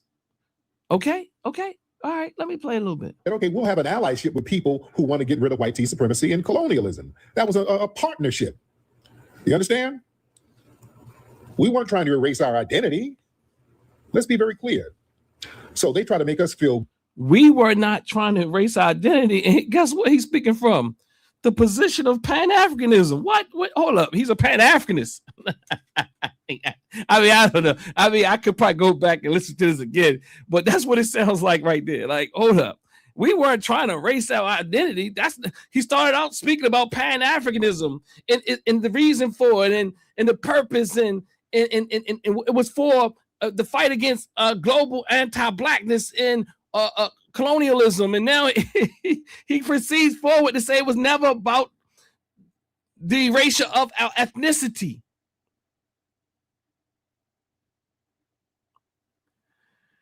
My man, Kevin, Mr. K always got the stuff. He says, again, thank you, Mr. K. Look, Mr. K, thanks for the super chat again. Family, make sure you hype this video so it can get in the algorithms.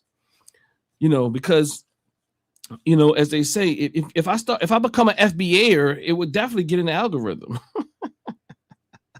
Oh my God! Imagine me becoming an FBAer. Oh my God! It'd be like big news. They might have a welcome to the club party for me. I'll be in Hidden Colors 15. They might make concession to have me in Hidden Color 7.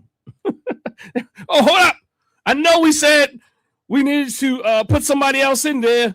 And I know that I didn't want to take 19 keys up. Hold up, we have something better. FBA, Dr. Daw, the Daw FBAer. He's in the house. You know what I mean? they'll re-edit the film for me. You know what I mean? And I'll join the rest of the club. You know, I'll join the rest of the people who continue to operate with Tariq Nasheed. And know better. You know what I mean? I'll join the rest of the club. I'll join the call. I'll join the party. But you better believe if I'm over there, I'm gonna say I'm an FBAer. I'm gonna be honest. I'm an FBA. I'm part of the FBA cult. Look, Simon. Look. It might work out a bit. You know what I mean? It daggone sure. Look, it's people online. They was all Pan-Africanists and all confused until they start. I'm part of the FBA, and now they got big chat rooms. You know what I mean? Chat rooms over 1,000 people in it talking. You know what I mean? My man, what's the guy name? He's interesting. He's like, well, he called me Dr. Rupskin. The brother, he told me, he says, I think Rupskin is on the wrong side. Why would he stay over there as Pan-African and it's so much more over here? It's easier to blow up on YouTube and be somebody. You know what I mean? Why would he want to sit over there and be a struggle streamer? Why would he want to be a struggle streamer? Just put FBA before your name and you will blow up. You might get a little views, Dr. Daw, from talking about FBA, but just imagine the potential that you have if you become FBA. Imagine if you came over and became part of our research team. Just imagine, Dr. Daw, you'll blow up. You'll be next to Tariq in Hidden Colors 8. One of them. Just think about the potential you have, brother. You will be able to come over here and validate FBA as a legitimate identity, the legitimate ethnicity. Just think about the potential. Think about the money. Think about the fame. Think about it. Think about the mansion. Think about the car, the women. You won't even have to be with your wife anymore. You know, you have to leave your wife though, because she's Jamaican. Hold up. No, you can, I think you could be FBA and still have a significant other that's not FBA. I don't know. Are there any rules to that? Somebody tell me. Hold up. Kaba. Forgot. Kaba's wife is Jamaican. So his son is half FBA. Yeah. Okay. So yeah, I can keep my wife. But I'm wondering if I can keep the flag, like the Pan-African flag, if the Jamaican flag can still be up in my restaurant. I don't know. Maybe we have to change the menu. Are FBAers allowed to eat Jamaican food?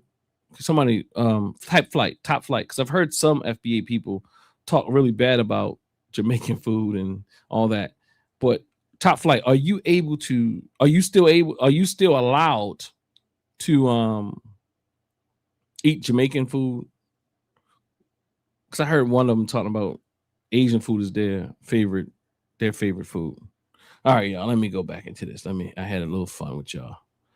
I never had oxtail before. I've been vegan for a long time. I've only started recently adding salmon back to my diet. So I haven't had oxtail.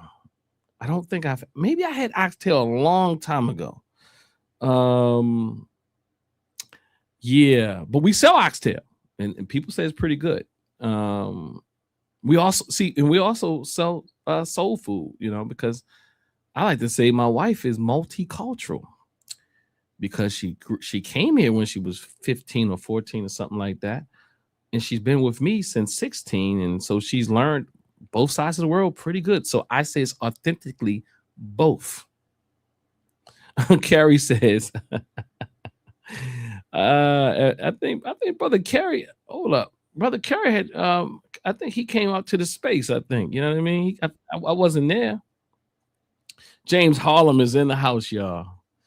Oh man, brother James, I'm gonna get through this, and then I might have some time on the back end. What time is it? Let me move quickly, because I gotta find something to eat tonight anyway. Let me get back to this presentation, and I'm gonna,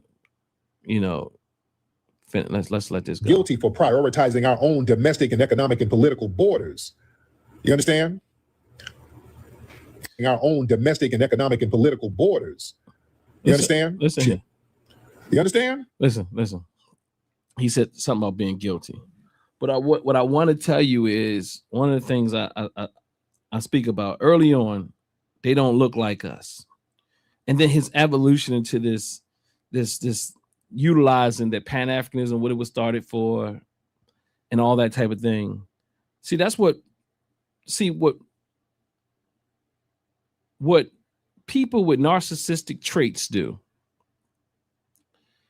If they come to therapy and someone tell them some information, and what I'm calling here false concession, they'll sit there. Very rarely would a narcissistic person come to counseling. But what they will do is they'll observe you as a therapist and they'll learn things. Don't let them come to like relationship counseling, because they will take everything they learned and they'll weaponize it against the people. Didn't you know Dr. Winkler said this? You know what Dr. Winkler said, right? He said your emotions were out of order. Oh, he said you should treat me a certain way. And this is the same thing that I'm calling false concession here, that Tariq Nasheed is doing here. It's big. I think you became a Pan-African for a little while, but let's see what he says. We weren't trying to erase our identity. Let's be very clear. So they try to make us feel guilty for prioritizing our own domestic and economic. Where did he get to? How did he get here now? Now they're trying to make us feel guilty. He started off. He did start off saying that they're trying to make us feel guilty. They're trying to make us feel guilty to our Pan-African obligations. Who are they? Who are you talking about? Who is trying? What African and Caribbean are trying to make you feel guilty? I'm like, what? Okay. Making political borders. You understand? And we're not going to be guilt tripped. No, we're going to look out for ourselves. Y'all look out for yourselves. Y'all come over here. We sit up here talking about Pan-Africanism or whatever. We all black, and y'all get over here. And the minute you make a win, we're looking out for ourselves. That's what he says. He said, listen, whenever you make a win, damn, a Nigerian flag or a Ghanaian flag pops up out of nowhere. A Nigerian flag, a Ghanaian flag pops up out of nowhere. So he's upset that people represent their flag. He's upset that these independent or as close as we have independent black nations rep their flag. He doesn't have the ability. I mean, I'm not sure, because I think, again, he falls into what we call disinformation, right? I think he falls into that. So, but nonetheless, let's just go with it. He's upset that these people that are coming from black nations, predominantly black nations, who've chosen their flags in most cases, rep their flag. But he can't juxtapose that to this American flag that we as African Americans have a problem with. We might wear it sometimes, some of us, but many of us, it's us who have a problem with that American flag. It's us who have a problem, because we don't feel like that flag represents us. We still feel like we're under colonial control. We didn't choose that flag. That flag was given to us. I mean, maybe you might find something and say, well, I saw some people try to say, well, we created the American flag and all this. I've seen them try to stretch that.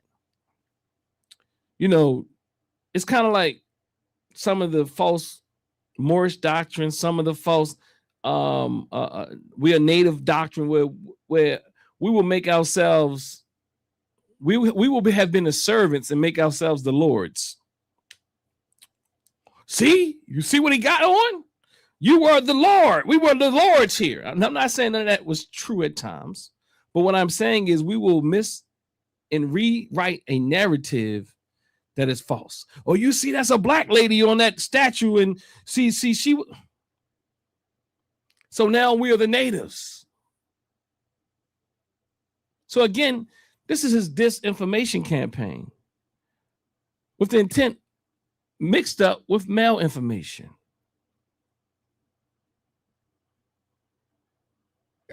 You make sure to let people know that you are different. Okay, we're different too.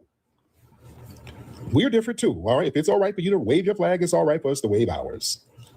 Yeah, that's what it is. And we ain't playing these damn games.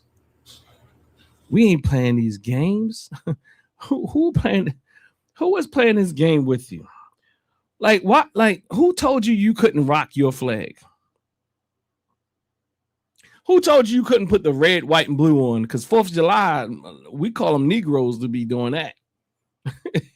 Well, look, some of us are saying, even Frederick Douglass is saying, nah, that ain't our thing. That ain't our thing. I think I've heard more recently, who was it? One of these more mainstream people, I don't know if it was Roland Martin, or I think it might have been Jesse Jackson or somebody who was saying, nah, that 4th of July thing ain't for us. And I think Tariq was critiquing that. So now he wants to make the 4th of July a celebration that FBA people actually should celebrate. After we have people documented even from as far as the 1800s, and probably more than that, I'm not an expert on that, that have said the problem with that narrative. But Tariq Nasheed wants to change, and he's more qualified than everybody.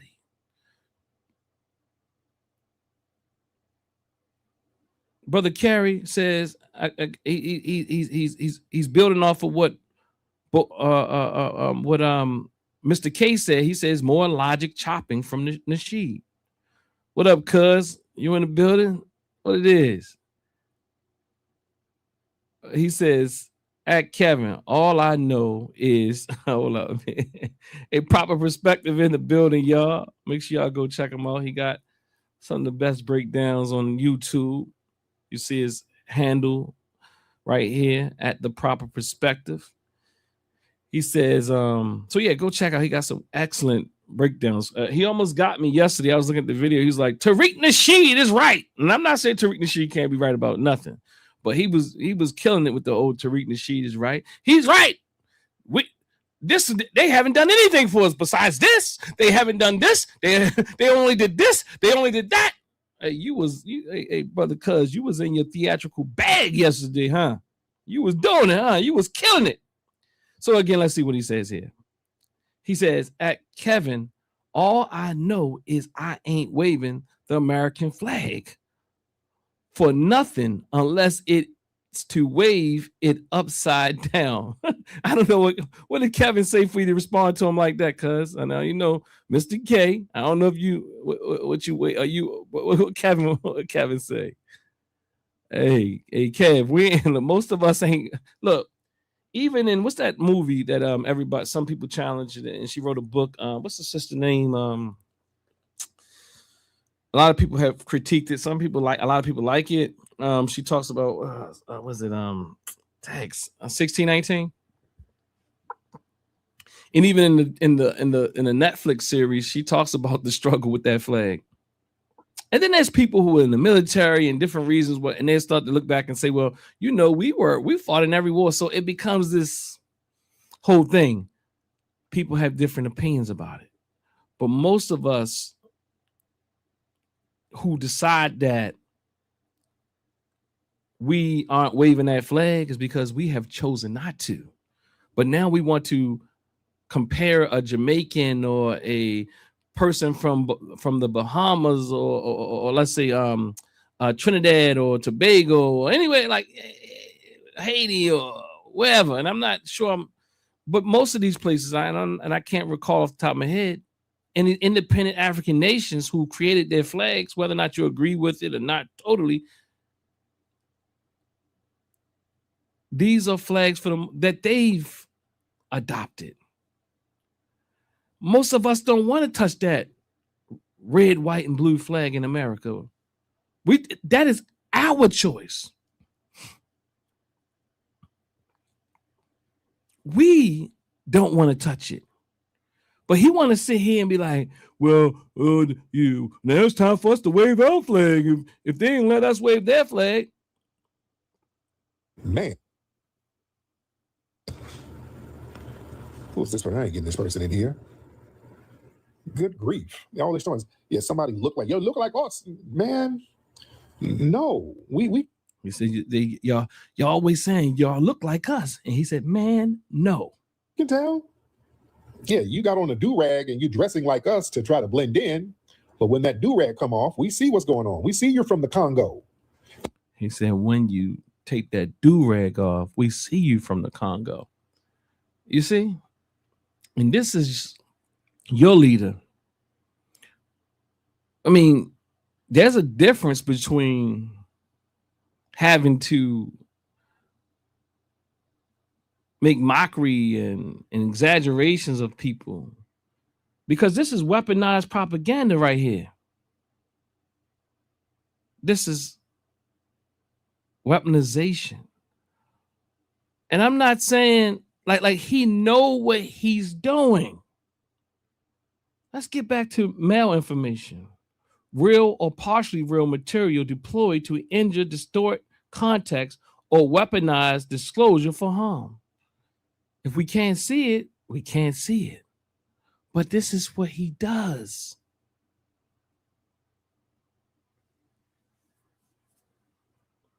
I'm going to get off this video. That's okay, brother. We see it.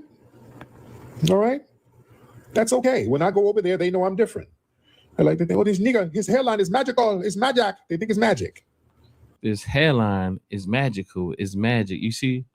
You hear what you hear him? You hear him? Like this guy. This is I'm questioning any of us who continue to give him a pass. I don't like the documentary Hidden Colors can't undo this. The documentary Hidden Colors can't undo this because he does this all day, every day. Hidden Colors is his dope to you.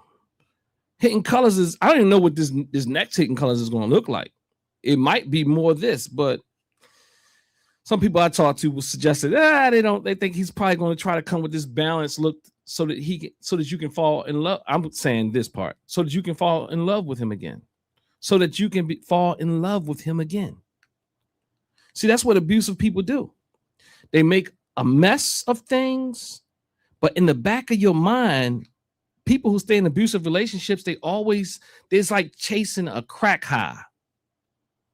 They say that you'll never get it again. Not that first one. And that is what it is like to be in an abusive relationship on an individual level or collective level. A lot of us can, if we see this, we still remember Tariq Nasheed woke us up. We remember the Tariq Nasheed who was speaking positive about Black people globally. And maybe if he'll just go back there. That's that romance. That's that love bomb in Tariq Nasheed.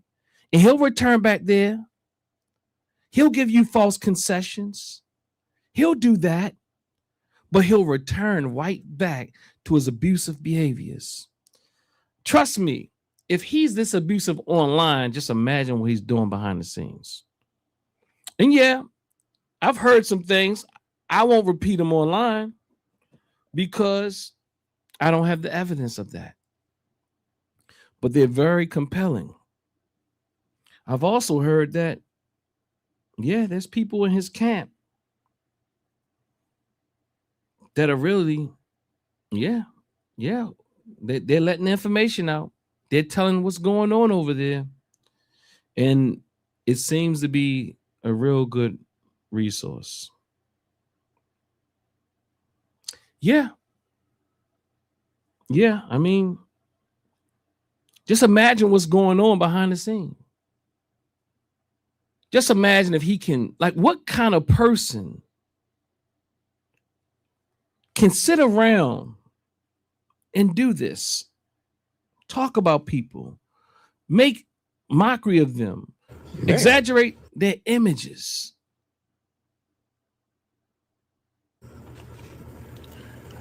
Oh, my goodness. All right.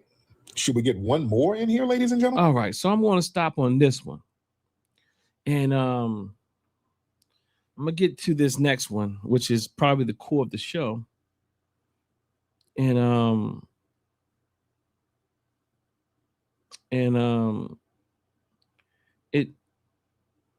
it's something that I intended to speak about maybe about a month and a half ago. And then also I wanted to bring it up, and I'll bring this back up with someone who's and maybe one of my historical buffs, Carrie or somebody. So I plan to have this conversation with someone who's really historically sound in the Pan-African movement. I know, see, my thing is, I know my limitations. See, I'm dealing with this thing. Of course, I know some history and all that type of thing, but there's people who specialize in that. And I want to have people who specialize in that, who can be more precise and accurate with that to really break some of this down in that way. And then also tie it to my specialty, which is psychology, counseling, trauma, personality, so in personality disorders like narcissism, and also what I would like to say, a lot of people who struggle with codependency disorder, and lots of, so if, and this is a codependent dance that we find ourselves in as a people. People are very codependent of this guy.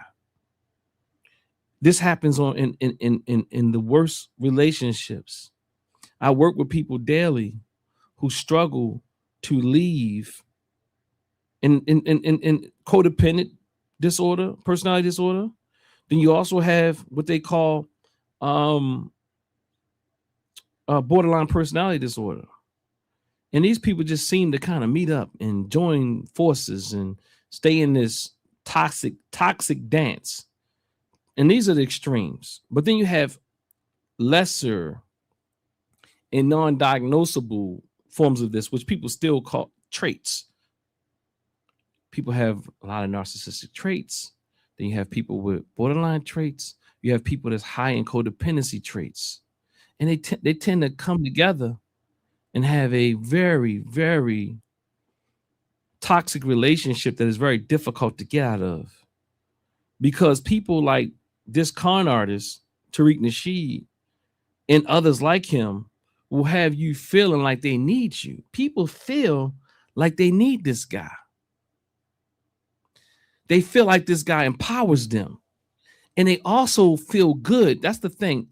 When he talks to them, he serenades their ear. As my father said earlier, he whispers sweet nothingness in their ears, and we fall for it, and we get caught in it like a drug. And people like him know that he can sense people with low self-esteem and low self-worth, and that's pervasive in our community. And so they utilize their understanding. And this is what I was saying. This is what a narcissist would do. He would come into counseling and he will hear what's going on and even take the therapist's framework, ideas, and education and further cause hell and gaslight the person that he or she is in a relationship with. Not just a narcissistic person, a borderline person, and even a codependent person. They're all manipulative. And I'm saying that you find those traits in people who actually follow these individuals. And they will then come on here and try to manipulate you. And in fact, y'all know, y'all dealt with people who are very codependent or who've been in abusive relationships, and they'll tell you all this negative stuff about that person. And as soon as you say one thing negative, they'll start to take up for that person. Yeah, they're like, oh no, he's not all bad. Oh, she's not all bad, because they don't want you to start talking negative, because they know they don't want to leave this person. Everything in them doesn't want to leave this person.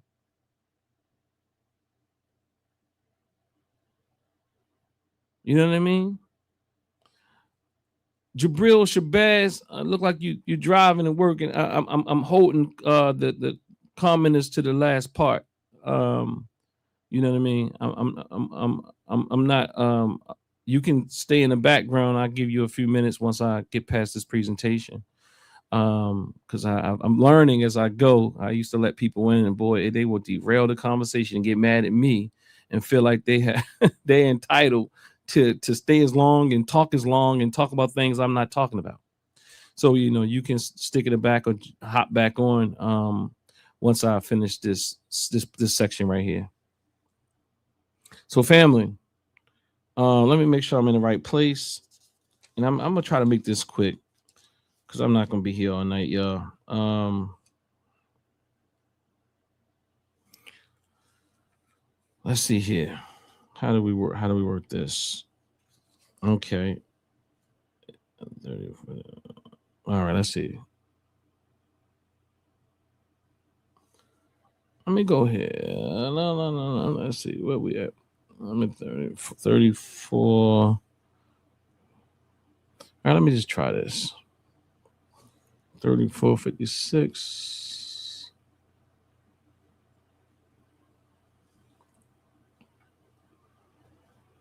Create our own Pan-African organizations from the bottom up. Because W.B. Du Bois, Paul Robeson, they were all about tackling racism and getting resources. They said, oh, we can't have them thinking like that now. Oh, we can't have them thinking like that. So this is the essential conversation, because people have asked, did Tariq Nasheed say that white people or the CIA create Pan-Africanism? And I'll show you here what he actually says. And I ask you to judge, to say whether or not you think that what he says here is any better. But he knows what he does. He knows what he's doing. He knows how it lands on people. Because the Cold War is popping off, so we don't want Russia to get these disgruntled blacks and then start funding them. That was one of their big concerns. They don't want us to go over, hook up with Africans, and then hook up with Russia, the enemies of the U.S., and then get funded. That was their big concern. So what they would do, the CIA, the FBI, they started funding their own Pan-African organizations and made sure that the focus was just on cultural pageantry. That the focus, so he goes from that brief history of organizations like Du Bois and so on and so forth, and them essentially doing real work, and what he called real work from a materialistic frame, economic frame is how he's framing it. Where his values don't even his values are nowhere near like theirs, He's nobody's socialist or anything like that, or Pan-Africanist. But then he goes from there to this, y'all. Like, he gives you a little bit of that. Again, this is what I'm calling the false concession, just to give you a little bit so he can set you up with what he really wants to tell you. This was in a clip where he also gets to where he beats Garvey up really bad in this particular film. This is in this particular dialogue. This is the video I showed you all when he's talking about the festival, the Azoro Festival, and he tried to weaponize the Azoro Festival against us and saying, y'all want to be like them? And he used this one festival that even people in Nigeria don't even know about to say that this is this horrible festival and y'all want to be like these Africans. And most Africans don't know nothing about this festival, not even the people in the same country. So, You know, he definitely uses disinformation and also malinformation as it pertains to the information disorder framework. All right. Not economics. So you have organizations like the American Society of African Culture, started around 1957. That was funded by the CIA. Look these names up. The Africa America Institute, AAI. So listen, he goes from that little brief history about Garvey. Again, he goes from that brief little information, that little introduction where he sounds like he's saying something positive about Pan-Africanism, but then he's going to go on this litany here, and I want to kind of like just follow his slickery.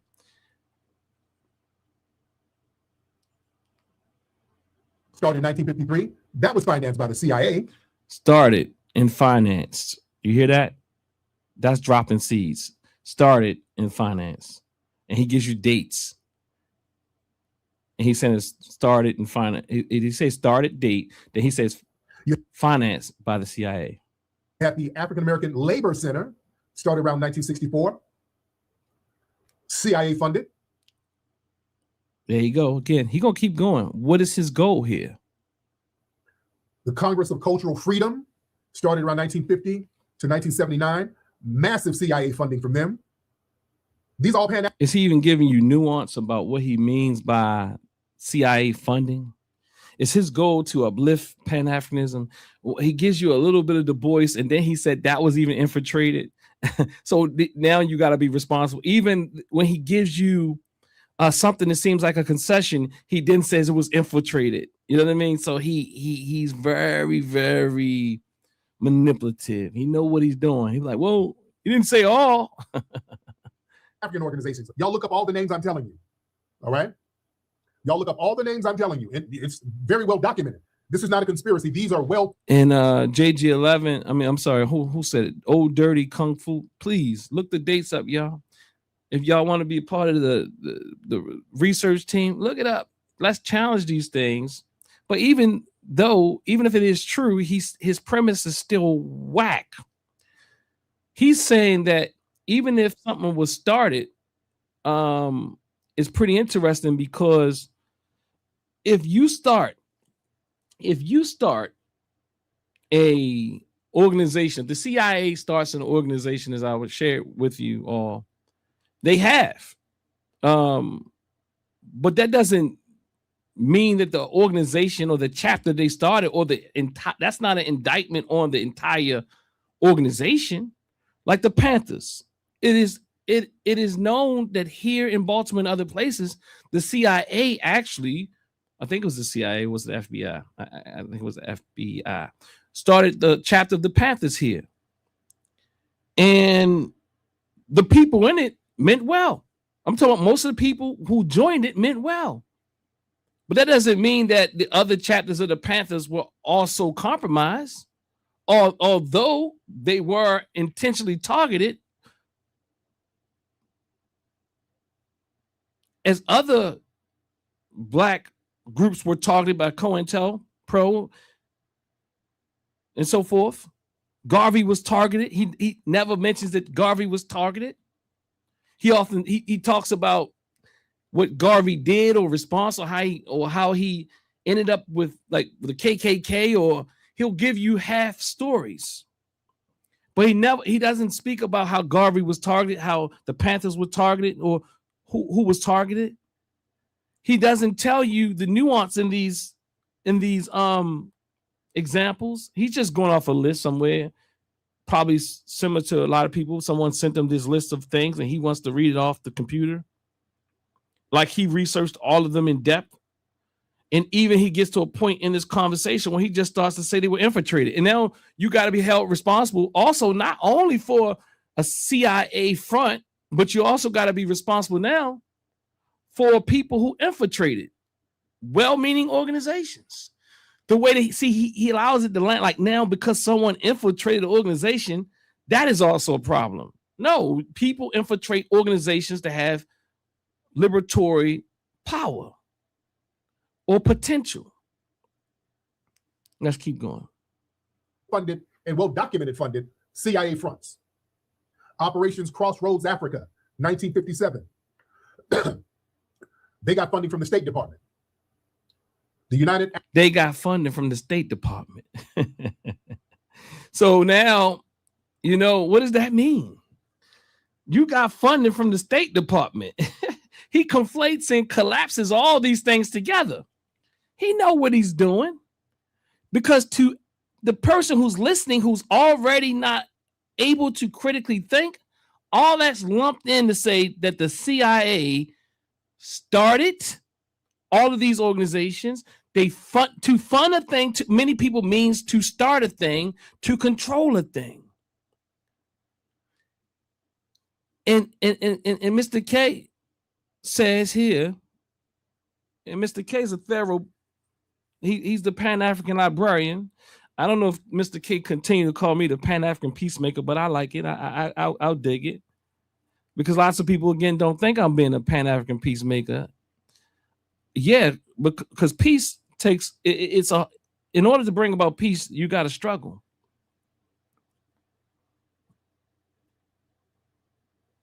And not lose your mind and your cool in your agenda of bringing about peace. So he said he doesn't mention the civil rights organizations that funded by the CIA. So again, I appreciate that, Mr. K.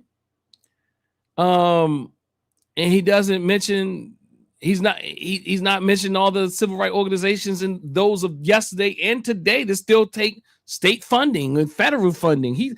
Because he's collapsing it all, if you hear.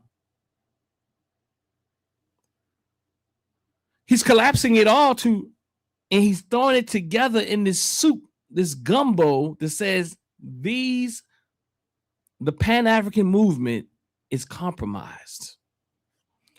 But again, this is why I say Tariq Nasheed's CIA claims about Pan-Africanism, we can't give him a pass. We can't give this a pass. We can't give it a pass. Old Dirty Kung Fu says, Dr. Daw, he is much like those infiltrators. His proliferation by YT through the algorithm is the work of capitalism and white hegemony. I agree. You said much like. You chose your words well. He even started off saying they created too, but they in the creation of it, bro. What does that mean? I don't know what that means, Mega. I don't know what side Mega's on. The best lies, let me see what Mega been saying earlier. The best lies have a little bit of truth in it. This his MO and brain. Okay, so yeah, Mega seems to be on at least a good path of critical analysis so far. But they in creation of it, bro. And I'm not sure what that means. Mike checked had all first generation pioneers. Yeah, I mean, you know what? Even when we talk about Mike check, me and my dear brother Tahaka Bay, we had a heated debate about it. And I think that even though, we wasn't even talking about Mike check. We was talking about the origins of hip hop and whether or not it was an American cultural art form for African American experience. And me as a scholar, I can agree with what we call culture from American, African American, Black American, whatever you want to call it, experience, because I'm being technical. Because culture doesn't, like, someone can participate in a culture that is not theirs. They can.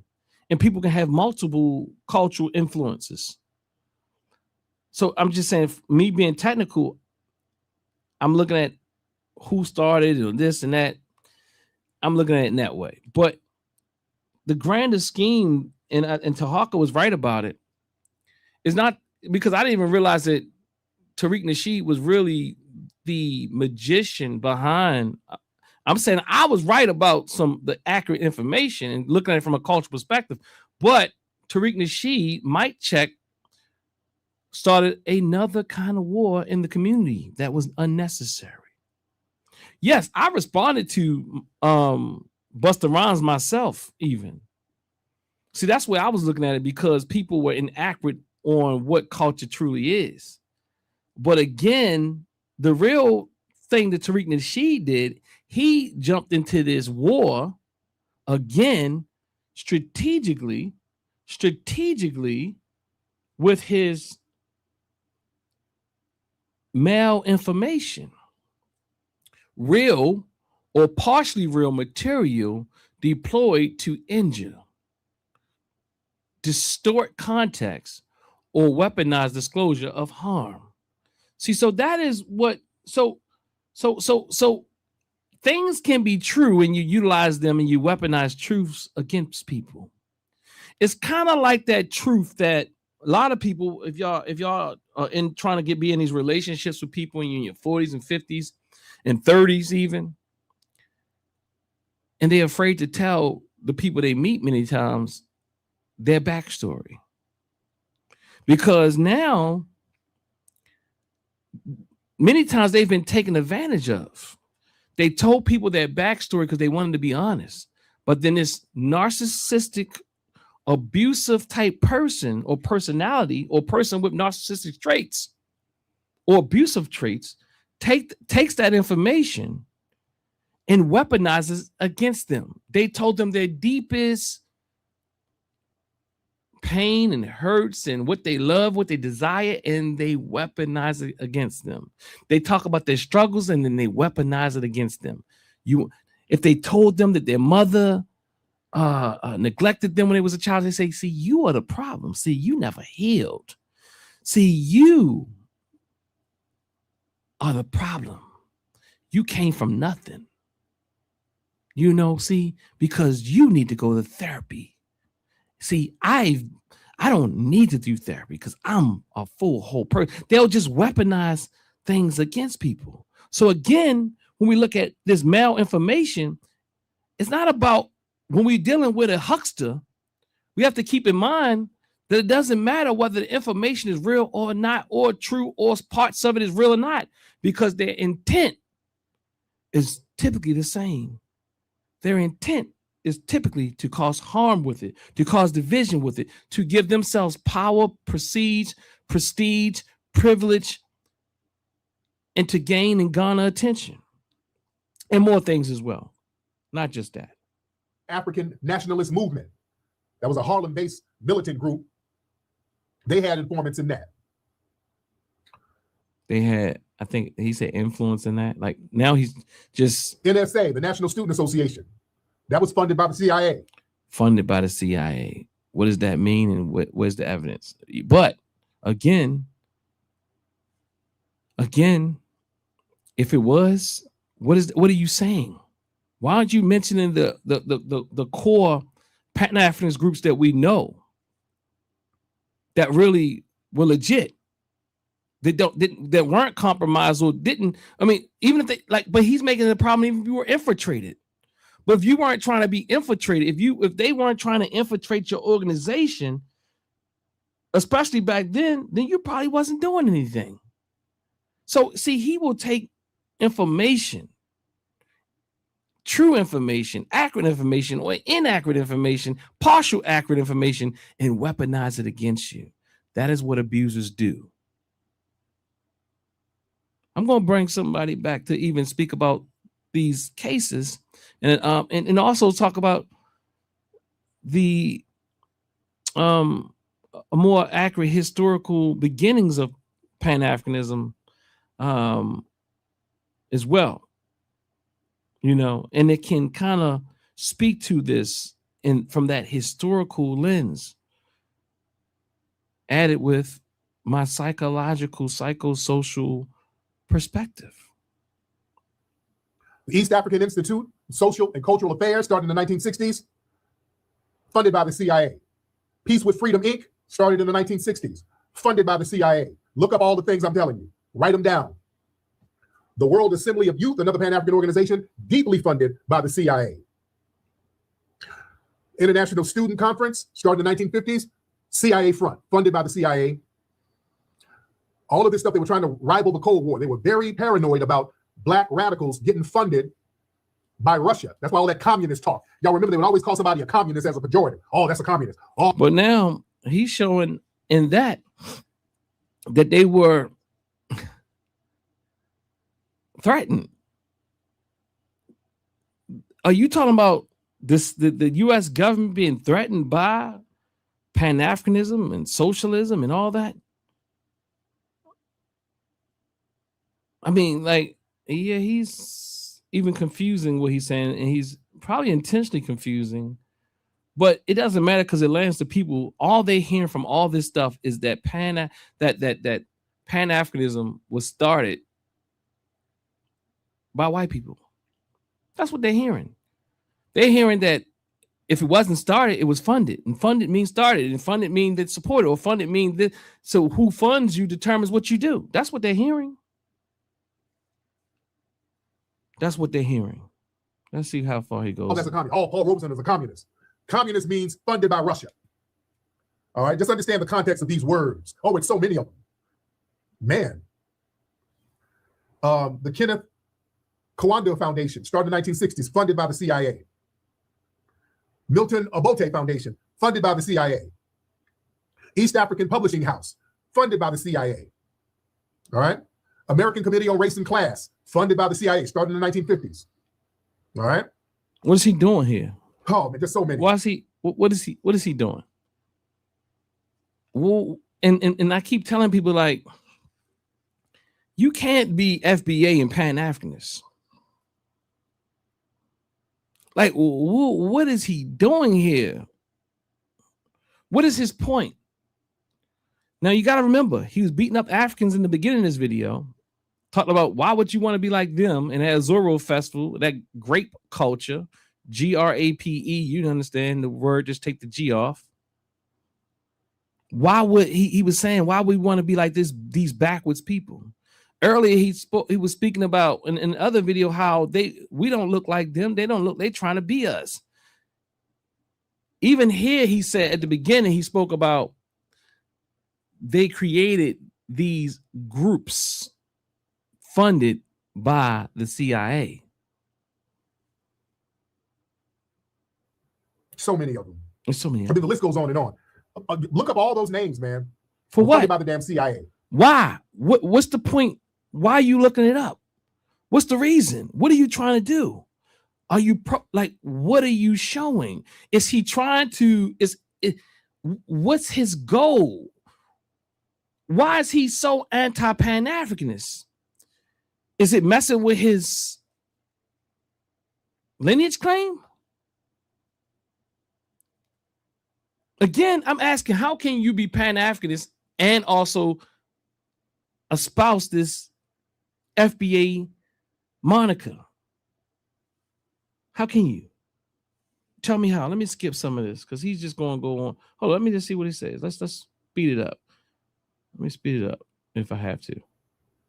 Now, why is that? Why is the CIA funding and the government funding these Pan-African groups? Because people, what's interesting, these Pan-Africans try to project onto us, our lineage, FBA, Foundation of Black Americans, that's the CIA. That's a damn projection. Okay. That's another tactic of the CIA. Accuse other people of being with the CIA. He's telling you his playbook. He's telling you his playbook. He's calling out, he's saying that Pan-Africanism is the CIA. Although he named a lot of factions of Pan-Africanism. Now he's look, see, that's what the CIA does. See, they will tell you that the other group is the CIA. See, they're a group, FBA. FBA is a group. He's telling you what he's doing. See, the reason why the CIA would fund these groups is a geographic finesse. See, the establishment, they prefer we look across the Atlantic rather than look at the U.S. and the federal budget. See, the state, they're terrified of a localized population making direct claims on this land and its institutions and the legal order. But if they push a broad emotional international identity, that creates what's called a pressure. Now, remember, in that other video, he was talking about how Pan-Africanism was started to fight anti-blackness globally. And release valve. They understand this. Anti-blackness and colonization globally. They know when there's a lot of pressure, we got to have a release valve. We got to have somewhere to send folks. They did that with European immigrants coming over here in the 1800s. They didn't want too many European immigrants getting disillusioned over there in the East Coast because, the gangs of New York and all that stuff, what that culminated into. Let me go here. If you get a lot of poor people who are disillusioned, I mean, that could be detrimental to society. So what they did, they told the poor whites, hey, look, we've opened up and expanded out west. Why don't y'all go out west and make your way out there? That was a pressure relief valve to a certain degree. So with us, to keep our focus off tangibles, mission, so our energy is pulled away from concrete domestic demands. You see? They want to trade culture over economics. So now he wants to attack culture. So he's saying that they want to trade culture over economics. So now he's coming for those who, let me finish talking. I'm going to substitute culture for economics. They'll tolerate pageantry. They'll fund that. African studies, they'll fund that. African studies. He says African studies is pageantry. He's saying, and we know that historically the African studies is something that we fought for and that they've continued to fight against in academia. He's undermining African studies, and there was a movement, including that of the Black Power and Civil Rights movement, that brought that about. Because anything that has liberatory potential, he's going to speak about. Is that odd? He's lumping and conflating and bringing things. And he's doing this intentionally. He knows what he's doing. Disinformation, falsehood paired with intent to harm, included fabricated or deliberately manipulated content, conspiracy theories, and rumors. Malinformation, this is where this man operates in these two boxes. Real or partially real material deployed to injure, to distort context or weaponize disclosure for harm. Again, I like to say, I appreciate the framework. I do.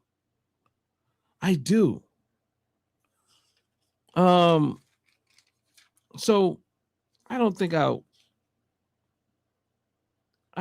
keep going on with this. I will say that he lacks a African-centered analysis, and much that is he doesn't want to be held accountable for anything, and nobody has to hold him accountable, because who is he accountable to? What group of people? That's why FBA could never be. He would never say outright that FBA is an organization, because he realizes the moment he tells you that FBA is an organization, that he relinquishes power, because then people are going to believe that they have a say-so. But right now, the way that it operates, he can act like he's not a leader, but he is the influencer. He is the leader.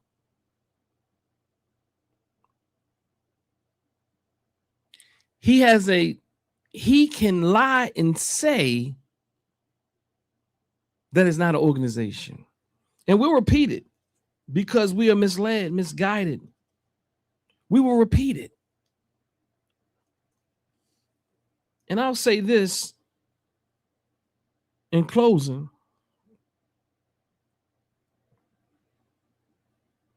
He says things like, it's about delineation. We are told that this is about lineage delineation and protecting a specific identity. But when direct questions are asked, the response often becomes insults, smears, degradation, instead of explanation. Notice the tactic. I've showed you this. Study him and see what he does. He doesn't have to deal with real information. He acts like a child, and you allow him to, FBAers. in those who are FBA adjacent. He doesn't have to. He can just throw smear campaigns. He can just degrade people. If your position is truly solid, it should survive a direct question without smearing the person asking it. Anti-stigma language versus exporting stigma. We hear arguments about protecting FBA from unfair stereotypes and imported stigma. Yet broad stereotypes and moral judgments are often projected onto Africans, Pan-Africans, and Caribbean Black people. Again, we hear arguments about protecting FBA from unfair stereotypes and imported stigma, but they continue to do their best job of smearing other people. Anti-CIA framing versus divide and discredit logic.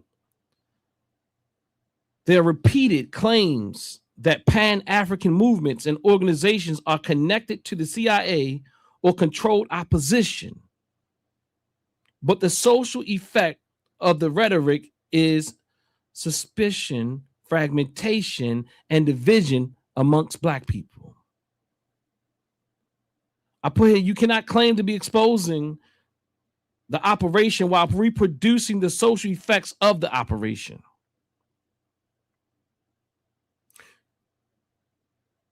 Pan-Africanism is criticized as symbolism, pageantry, and performance without material results. Yet, the platform itself is deeply rooted in symbolic branding, slogans, identity, performance, merchandise, live stream aesthetics, and media imagery. The problem cannot be symbolism itself if your own platform depends on symbolic branding to carry the message. Respect for lineage versus selective use of history. History and lineage are treated as sacred when defending one's own identity claims. But when discussing rival traditions or Pan-African figures, the tone often shifts towards reductionism, scandal, and I can't even say the word right now, y'all. In other words, he makes people not legitimate. My tongue get tired at nighttime, y'all. History cannot become sacred only when it serves one side.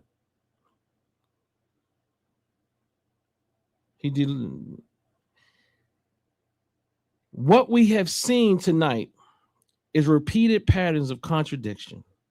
The language says delineation, but the method becomes dehumanization. Oh, okay, the word's getting hard. The language says anti-stigma, but the practice exports stigma onto the Black communities. The language says exposure, but the social effect is division.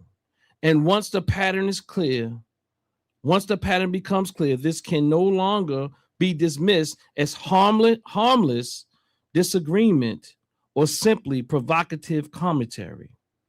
It must be recognized as a form of information disorder that distorts public understanding and contributes to the harm within the Black community.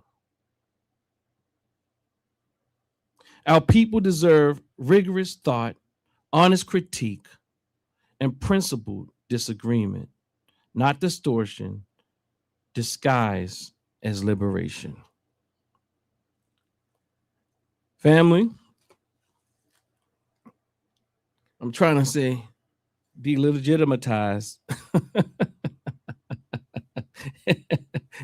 it became a little hard, but this is what he does to our people, to our movement, And then, and I'm saying, if he's doing that, we have to hold him accountable.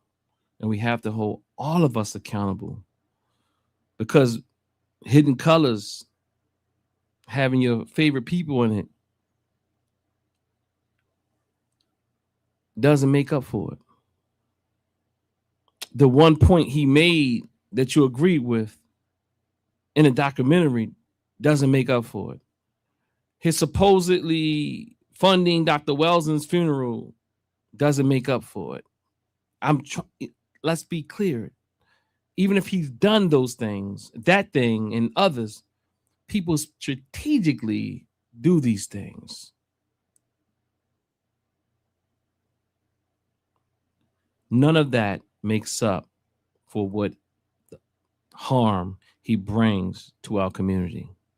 We have to hold one another accountable. And if you can't be held accountable, if we can't be held accountable, if I can't be held accountable, if you can't be held accountable, then we're going to have to figure out some things. Because at that point, if I can't be held accountable and I'm part of an organization, an ideology, a framework, a group of people who are saying we're moving in this direction, but I'm doing things counter to it, and you can't hold me accountable, I'm just going to keep going. I'm going to keep causing a muck. I'm going to keep causing harm. I'm going to keep doing the thing. I'm going to keep acting like I want to do something that I'm not doing. I'm going to keep taking advantage of people if no one holds me accountable. And if you are beyond being held accountable, then I don't want you around me at all. Because you're a dangerous person. Please hold me accountable. Because I can disagree with you. And if I disagree with you, I'm going authentically and legitimately. I said legitimately. I couldn't say it earlier.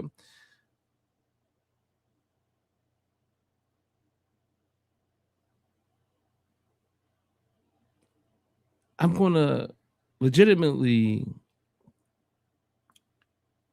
think and believe my point of view. But I am not afraid to talk to honest people who are authentic people about these things.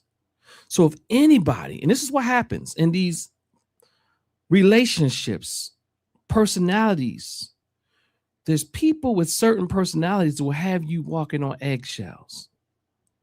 I guarantee you, people around Tariq walk on eggshells. Their minions, his minions, they have people walking on eggshells because you can't disagree with them or they will have a hissy fit. They will blow up. They will go to other people and say you cause them all types of harm. They will block you. They will go to people and say all the things, but they'll paint pictures that aren't accurate. They'll use the information. They won't give people the full story. And you find this in our movements. You find this in our families. You find this in our households. And I'm telling you, anybody that you can't have a conversation with or disagreement with before anybody that's above that, please get it done early. I'm guilty of allowing people my space sometimes. And many times, especially in an organization where I already saw the thing. But when you're in an organization, see what happens is there's other people that don't see it the same time you see it. So you find yourself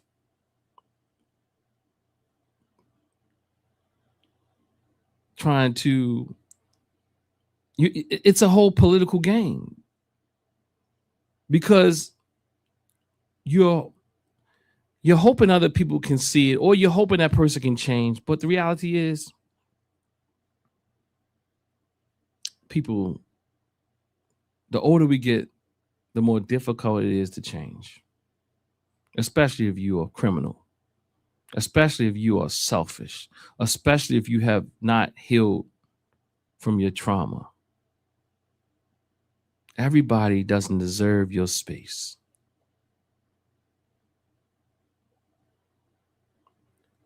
Because everybody is not on your level. So family, this is the conclusion here. I'm going to bring in James Harlem and Jabril Shabazz. I'm going to give them about 2 minutes apiece before I'm out of here. And then and please know that I have the right to cut you off, because I'm moderating this platform. And if I don't feel like dealing with it, I'm going to do it. No harm, no foul. But I don't want you to mess up what we've orchestrated here today. Okay? Just be respectful. Brother Harlem, what it is? Hey, what's going on, Doc? Very, very interesting broadcast. I like to point out that some time ago, I was watching a debate, and a scholar was debating a religious group, and he showed the importance of why African and American unity should happen, because he brought up a quote by Jimmy Carter, and the quote was expressing how it's important to white supremacy. Excuse me, Mom. How important it is white supremacy to keep the blacks here away from the Africans over there by all means. So I get the interference from government that might have happened in the past. So, but I also realize how important it is for us to have some unity. So I'm a foundational Black American who loves Black people, period, no matter where they're from. But I understand how important Africa is to the world and to us. However, we have to get ourselves together here before we can truly unify with anyone else. We must unify with each other. Okay. And your 2 minutes the foundational. Let's close it out. And I think the foundational Black American movement is a great catalyst for us to get ourselves together here. Okay. Then maybe we can connect. So then we can connect. I got you. Do that. Drop the banner of FBA. You don't need that to do it. Okay. You don't need that. You don't need it. You can do all that without using FBA. Is okay. Kind of disrespectful, but that's all right. Kind of disrespectful, but that's all right. All right. No, I'm just saying you don't have to deal with FBA, but thank you. All right. Jabril Shabazz. Peace. Thank you for having me on, man. I just want to say that was a great presentation, man. I like your voice and you know how you express yourself. I will say, man, I think it's disingenuous that we just are expected to ignore the decades of disrespect and real experiences that we have endured here in our pursuits to unite and connect with our brothers and sisters in Africa. And I do believe that Pan-Africanism has the... Mr. Jabril, say that last part about is disingenuous to do what again? Okay, can you hear me? Yeah, I can hear you now. Could you say that part again? I just want to make sure I'm following you correctly. In our attempts to connect with our brothers in Africa, I see that Pan-Africanism has become pander to Africanism. It's become pander. So our plight and our insults, like the use of the word Akata, Jareer, Abid, and multiple words throughout many different countries beyond even our African brothers and sisters whom I love. Like, I'm pro-Black, you know what I'm saying? But Pan-Africanism has Hold become. on. Let me stop one thing at a time. So you're saying that somebody called you an Akata in Jaria. I don't even know these words until somebody told me about it. Somebody called you that. Yes, sir. And it has been used to reference me and my people for a decade. I'm sorry to hear that. But you said you and your people. Most of us never heard that term. Let's keep that up. But I will say, if you go to the average Black person in America, none of them heard of that term. We can go and do an experiment right now. But you don't have. I don't think it's ignoring. I know it's not ignoring, because have you ever watched me before? No. Okay. There's videos that I have that show the different sentiments of Black people in America, Black people in the Caribbean, and Black people on the continent, and our different sentiments going in various directions.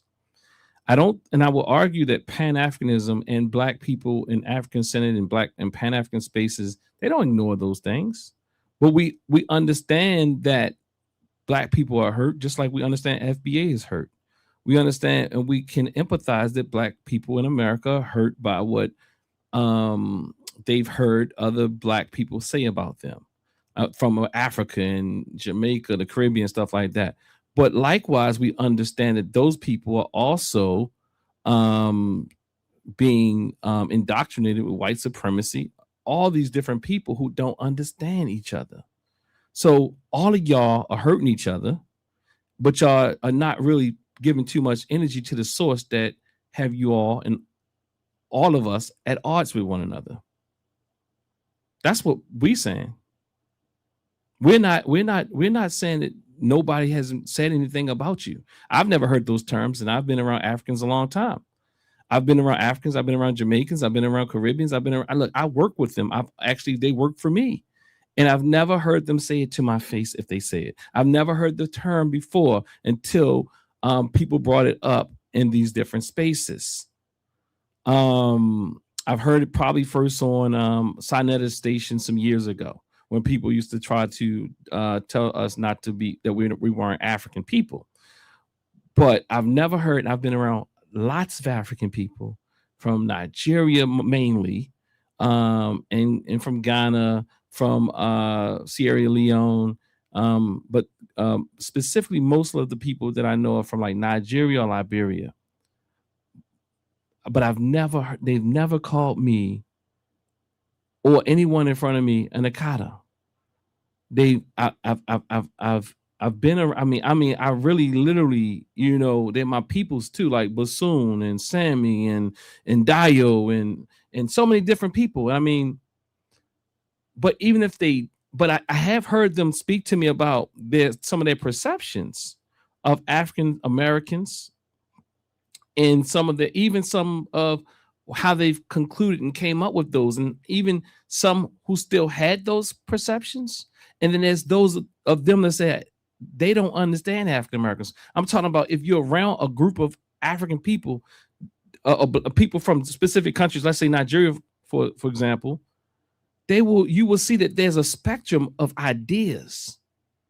And likewise, we have a spectrum of ideas here. Like, I'm one of those African Americans that understand the hurt and the pain of African Americans, and also African people and people from Caribbean who have those negative sentiments. But the research shows that most people from these places don't have negative sentiments towards African Americans. In fact, the Caribbean data shows that Caribbeans have stronger sentiments of solidarity towards African Americans than we have towards them. And they also have similar forms of solidarity and positive sentiment, or not even just positive sentiment, that is very consistent with how they feel about their own people from the Caribbean. That's good.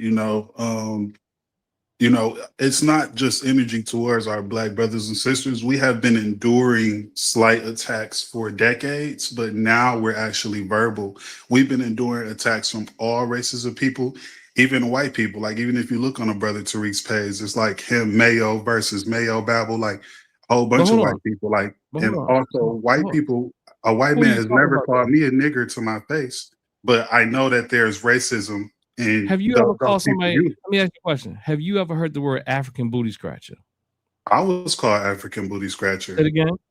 I was called African booty scratcher, but Oh, I've never seen a Black American sister snatch up an African woman's hair in a hair shop. I've you never. never seen Hold on. African brothers go You inside never. a Black You, ne- American you restaurant and get hold on. ignored or get snarky looked at or not even acknowledged. You've never seen. You've never seen. Hold on. You've never seen anybody from our look. I'm going to stop the conversation because I think it's pointless because you can't sit here and tell me you've never seen African Americans have negative sentiment towards our brothers and sisters across the pond. That's just fallacious. So anyway, I mean, you know, that's fallacious. How my brother's going to tell me he's never seen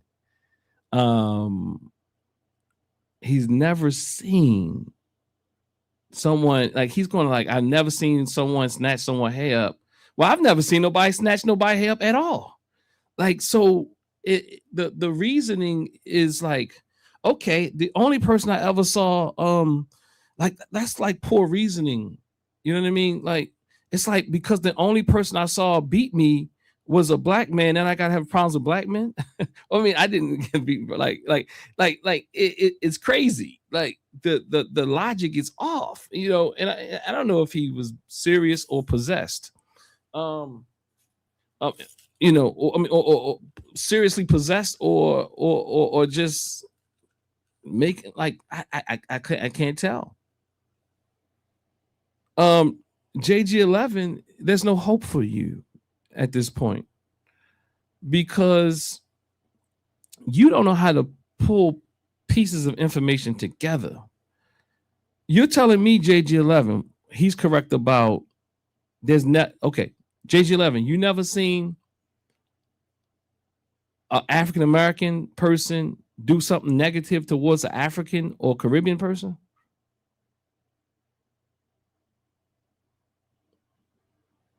That's the question, JG. All right. I know when people are saying things that are just bizarre, and maybe there's some healing, maybe that person believes that. Yeah, I mean, maybe he actually believes that. See, this is the type of thing I'm talking about. I gave him some time, though. You know, I'm not going to call the person. I'm not going to call him the other form of a tether, but the cult logic is strong. I will say that that's the furthest I will get to really conceptualizing this phenomenon that's going on in our communities. And this is what Tariq Nasheed creates. And they become really good at repeating and mimicking his style, his talking points. You see, and that person right there probably was very genuine. He believes that. He probably believes, like, what I mean, unless he's getting paid to do it. Like, I don't know. You can see, like, almost in their eyes, there's a possession going on. Like, so then you're like, oh, this person is real. This person really believes that. And that's the dangerous person. But typically there's something else that's going on that has people fall prey for these type of things. These things people gravitate towards because of their hurt and pain.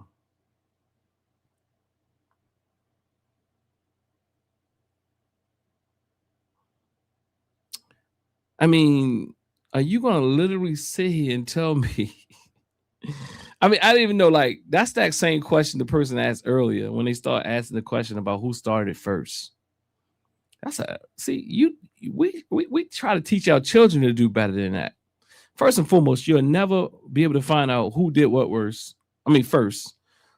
Oh, they did it first in 1817. The African said this about an African. Oh, they'd be like, well, we were still enslaved. Like, when did it start? 1965? Like, when did it start? This thing that you're talking about, that they did it first. I don't know. These people, I think that guy was younger than me. Maybe he's younger than me. Even me, who have grown up in an African-centered household, have heard so much negative connotation. I'm not saying in my house, but I've heard so much negative connotation outside of my house. And even people like within, like the self-hate is real. Even people in my own family and colleagues and stuff who say so much, I'm not no African. Like, even the fact that to call you an African would have been a fighting word at one time.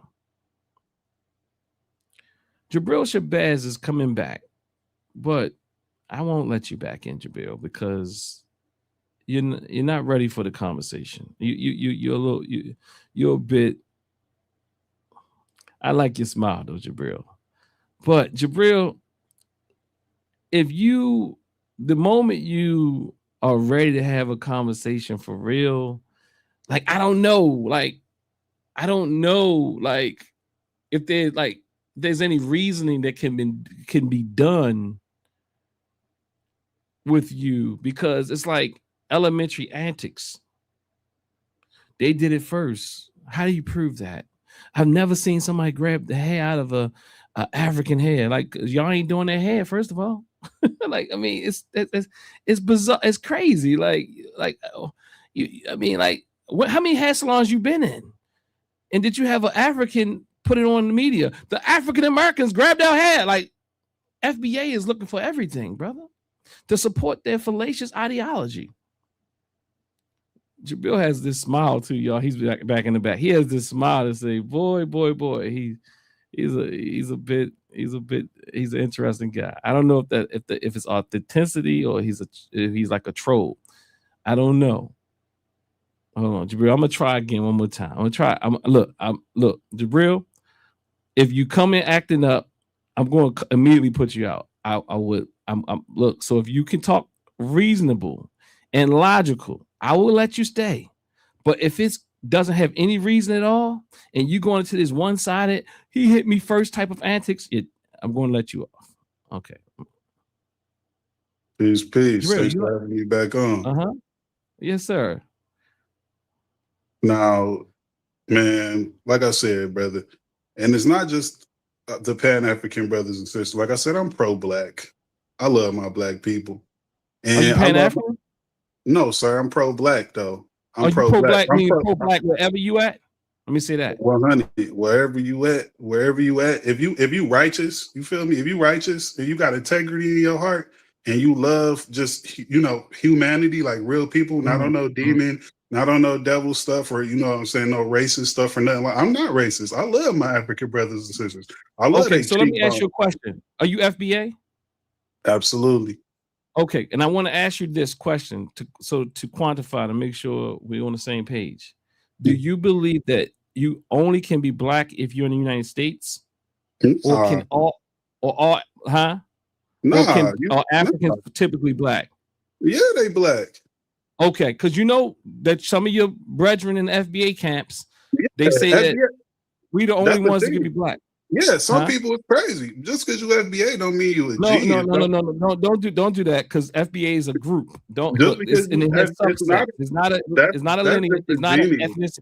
I disagree. You feel me? It's a clarifying. It's not an ethnicity. Yoruba, Igbo. Are those ethnicities? No, they accept it. Yes, FBA is not accepted by 100 million tribes in Africa. South Africans beefing with Nigerians right now. That's not unity, my brother. I told you. Let's do the logic. Let's not do the dancing. But what I'm saying is, I'm sitting still. Okay. Is FBA an ethnicity? You believe it's ethnicity? Yes. And am I FBA? Am I FBA? Are you a descendant of slaves in America, chattel slavery? Yes. Going back?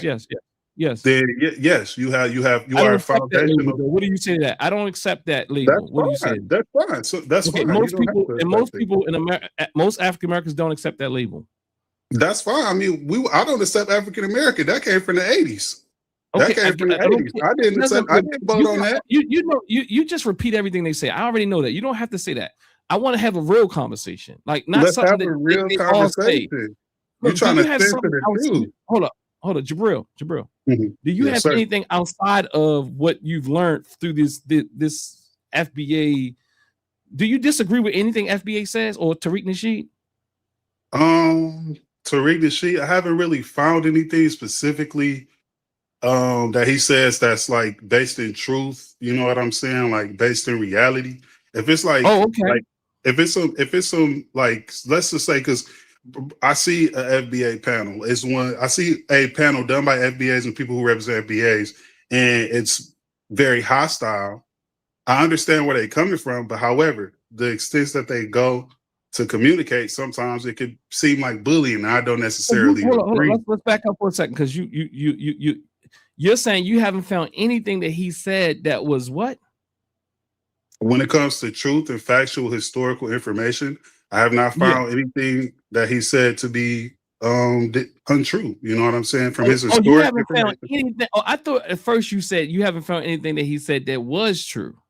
No, I didn't say that. I believe I tap in. I listen. Okay, I don't listen blindly. I don't listen stupidly. I'm gonna do a Substack, right? On that very point, that when you can't find something that this person, like everybody, like you have you found anything today I said it was inaccurate? Yes. I think it doesn't surprise. Hold up, I don't need no more. It doesn't surprise me, but you haven't found one thing that Tariq Nasheed said it was inaccurate. No, nothing. No, so far, no. What about insulting or the lacks value in morals? Have you seen anything like that? Do you think he's a? I'm not like I can't really judge his morals. You know what I'm saying? Like I said, when it comes to actual factual historical information, I have not found anything that he said to be untrue. I have not found anything he said to be untrue. You know what I'm saying? Why can't you judge his why can't you judge his morals with all the things that he puts out there? Because you said you don't agree with that type. If I was to judge your morals, if I was to judge your morals based off of how you represented the information today, I would. You already did. I didn't insult you. I didn't say you insulted me. We talking about you did judge my morality. That's why I'm asking the question. No, I'm saying I'm saying like if I was to like form such an opinion and like be critical. I'm saying you did. You can't say if I was when you did. I did.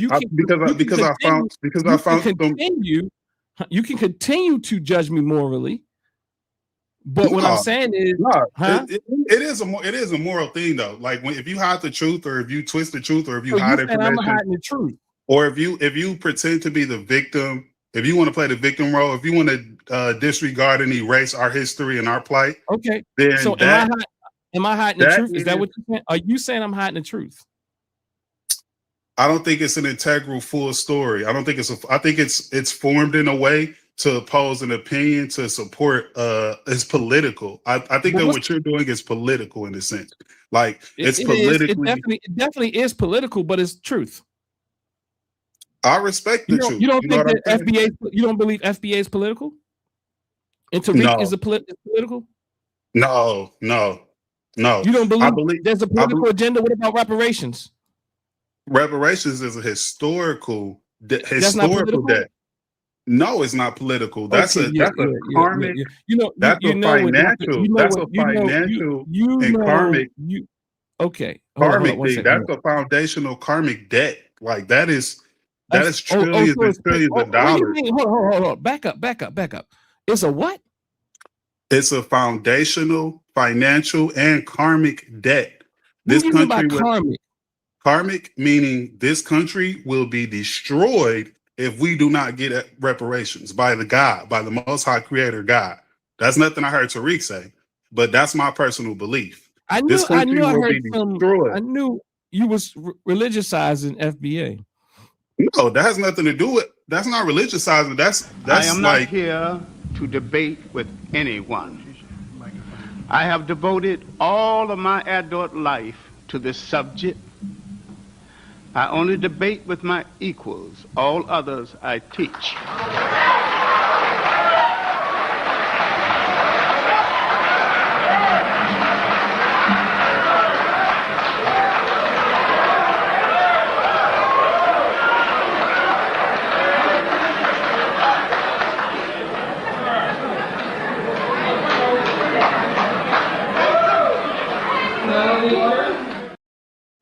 So, family, I tried.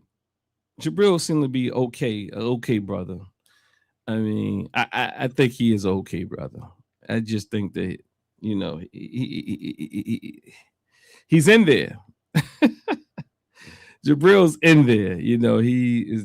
I still see him. Right? He's a good brother. He has a nice smile too. He smiles at me, but he seems to, you know, be in that cult. Yeah, yeah, yeah, yeah. He's there. But he seems to have a he seems to be sincerely in the cult though. And what I mean by that is that he's sincere in his ignorance. Tariq, on the other hand, you know, is a puppet master. You know what I mean? He's the puppet master, which is a bit different. Okay, let's do this. You've said that racism is a mental disorder. Yes. I was interviewing a gentleman the other day, and I brought that up in a conversation, and he said, well, racism is not a mental disorder. He said, racism is very ordered. He said that whites, Europeans, know exactly what they're doing, that racism is a political and economic convenience. How do you respond to that? Well, I think it depends on who you're talking about. If you talk about see, I think of systems as having designers, as having advocates, as having players, and as having pawns. This is from game theory, and I borrowed that from Bob Williams, who analyzes systems in that way. Everybody is not a game maker or a game designer. So the game designer might be conscious of creating a racist system, whereas the advocate probably becomes unconscious. They buy into the system that was created by the designer. And so the advocate is a racist in the sense that I'm talking about it, or the dealer, you know, those people who carry out the rules of the master in the system without really knowing why the master created the system or even that a system was created. They just simply inherit a belief system and an action system, and in that sense, they are players in the game, but they are not the game makers. So okay. I make a distinction. Now break that down for the person on the street one time. Right. Go over that again. So there are some people who are puppets. All right. And there are others who are puppeteers. Thank you. Free your mind. I'll try to do a better job. Okay. Free your mind. So, family, yeah, my brother Jabril is definitely falls in the category of an advocate, and you know, as Dr. Asa G. Hilliard said, they don't even know. They don't know. You know, I mean, again, they mean well. Most of, I mean, I guess they think that's what it's going to take. You know what I mean? And then you can see you can see it in the eyes when they talk.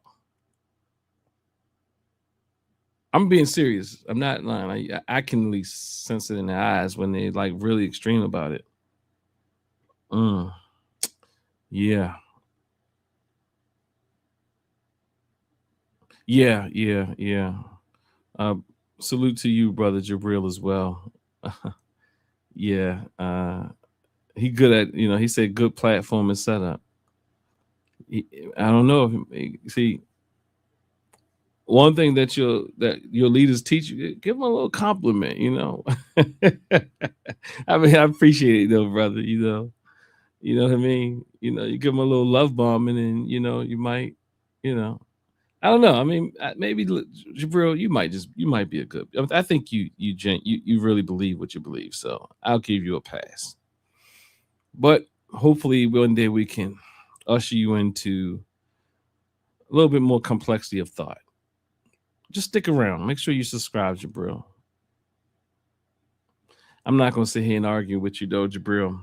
Family, I'm going to get up out of here. It has been my pleasure to take this ride with you all today. Make sure you like this video, you share this video, and you hype this video, hype it. Use one of your hypes for the content that we have going on this channel, so that we can get out a more clear message. Thanks for subscribing, Jabril.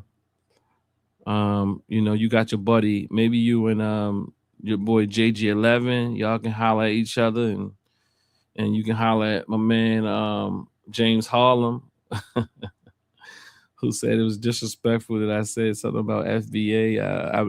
You don't have to be FBA and also something. I don't know. You know, that's real good victimhood narratives. They see one thing about cults that come out of they come from traumatic formation is they really know how to gear people up and weaponize their own victimhood. You know, it's okay. It's all right. My man Harlem is I'm convinced James Harlem is a good guy. I just don't think he really, and he doesn't see what I see. Let me say that. He doesn't see what I see. Well, family, again, like, share, subscribe. Dr. Daw, Conversation with Dr. Daw. I'm out of here. Thanks for your time. When you claim you're Africanist, you're going to get your mind back. Generalized black woman is doing this and being this. That is that is irresponsible. No, when you claim you're Africanist, you're going to get your mind back. Showing me, Black and proud. Claim you're Africanist. Black and proud. I think that if as a person who has a page, what is the status of people with half FBA? When you claim you're Africanist, you're going to get your mind back. That's why I was laughing, because I am claim you're Africanist. I'm not saying the framework doesn't do a thing, but become a part of it. We've been embrace forward to black men become a part of it. Embrace in the control. We become a part of it. Only embrace it. That those to me one of the best stories I've ever heard. Embrace it. When you claim you're Africanist, you're going to get your mind back. Mental growth takes place. Been misled by leadership, for instance, that thinking you can consume. When you claim you're Africanist, you're going to get your mind back. Black and I'm proud. Claim you're African. Black and I'm proud. I'm telling you.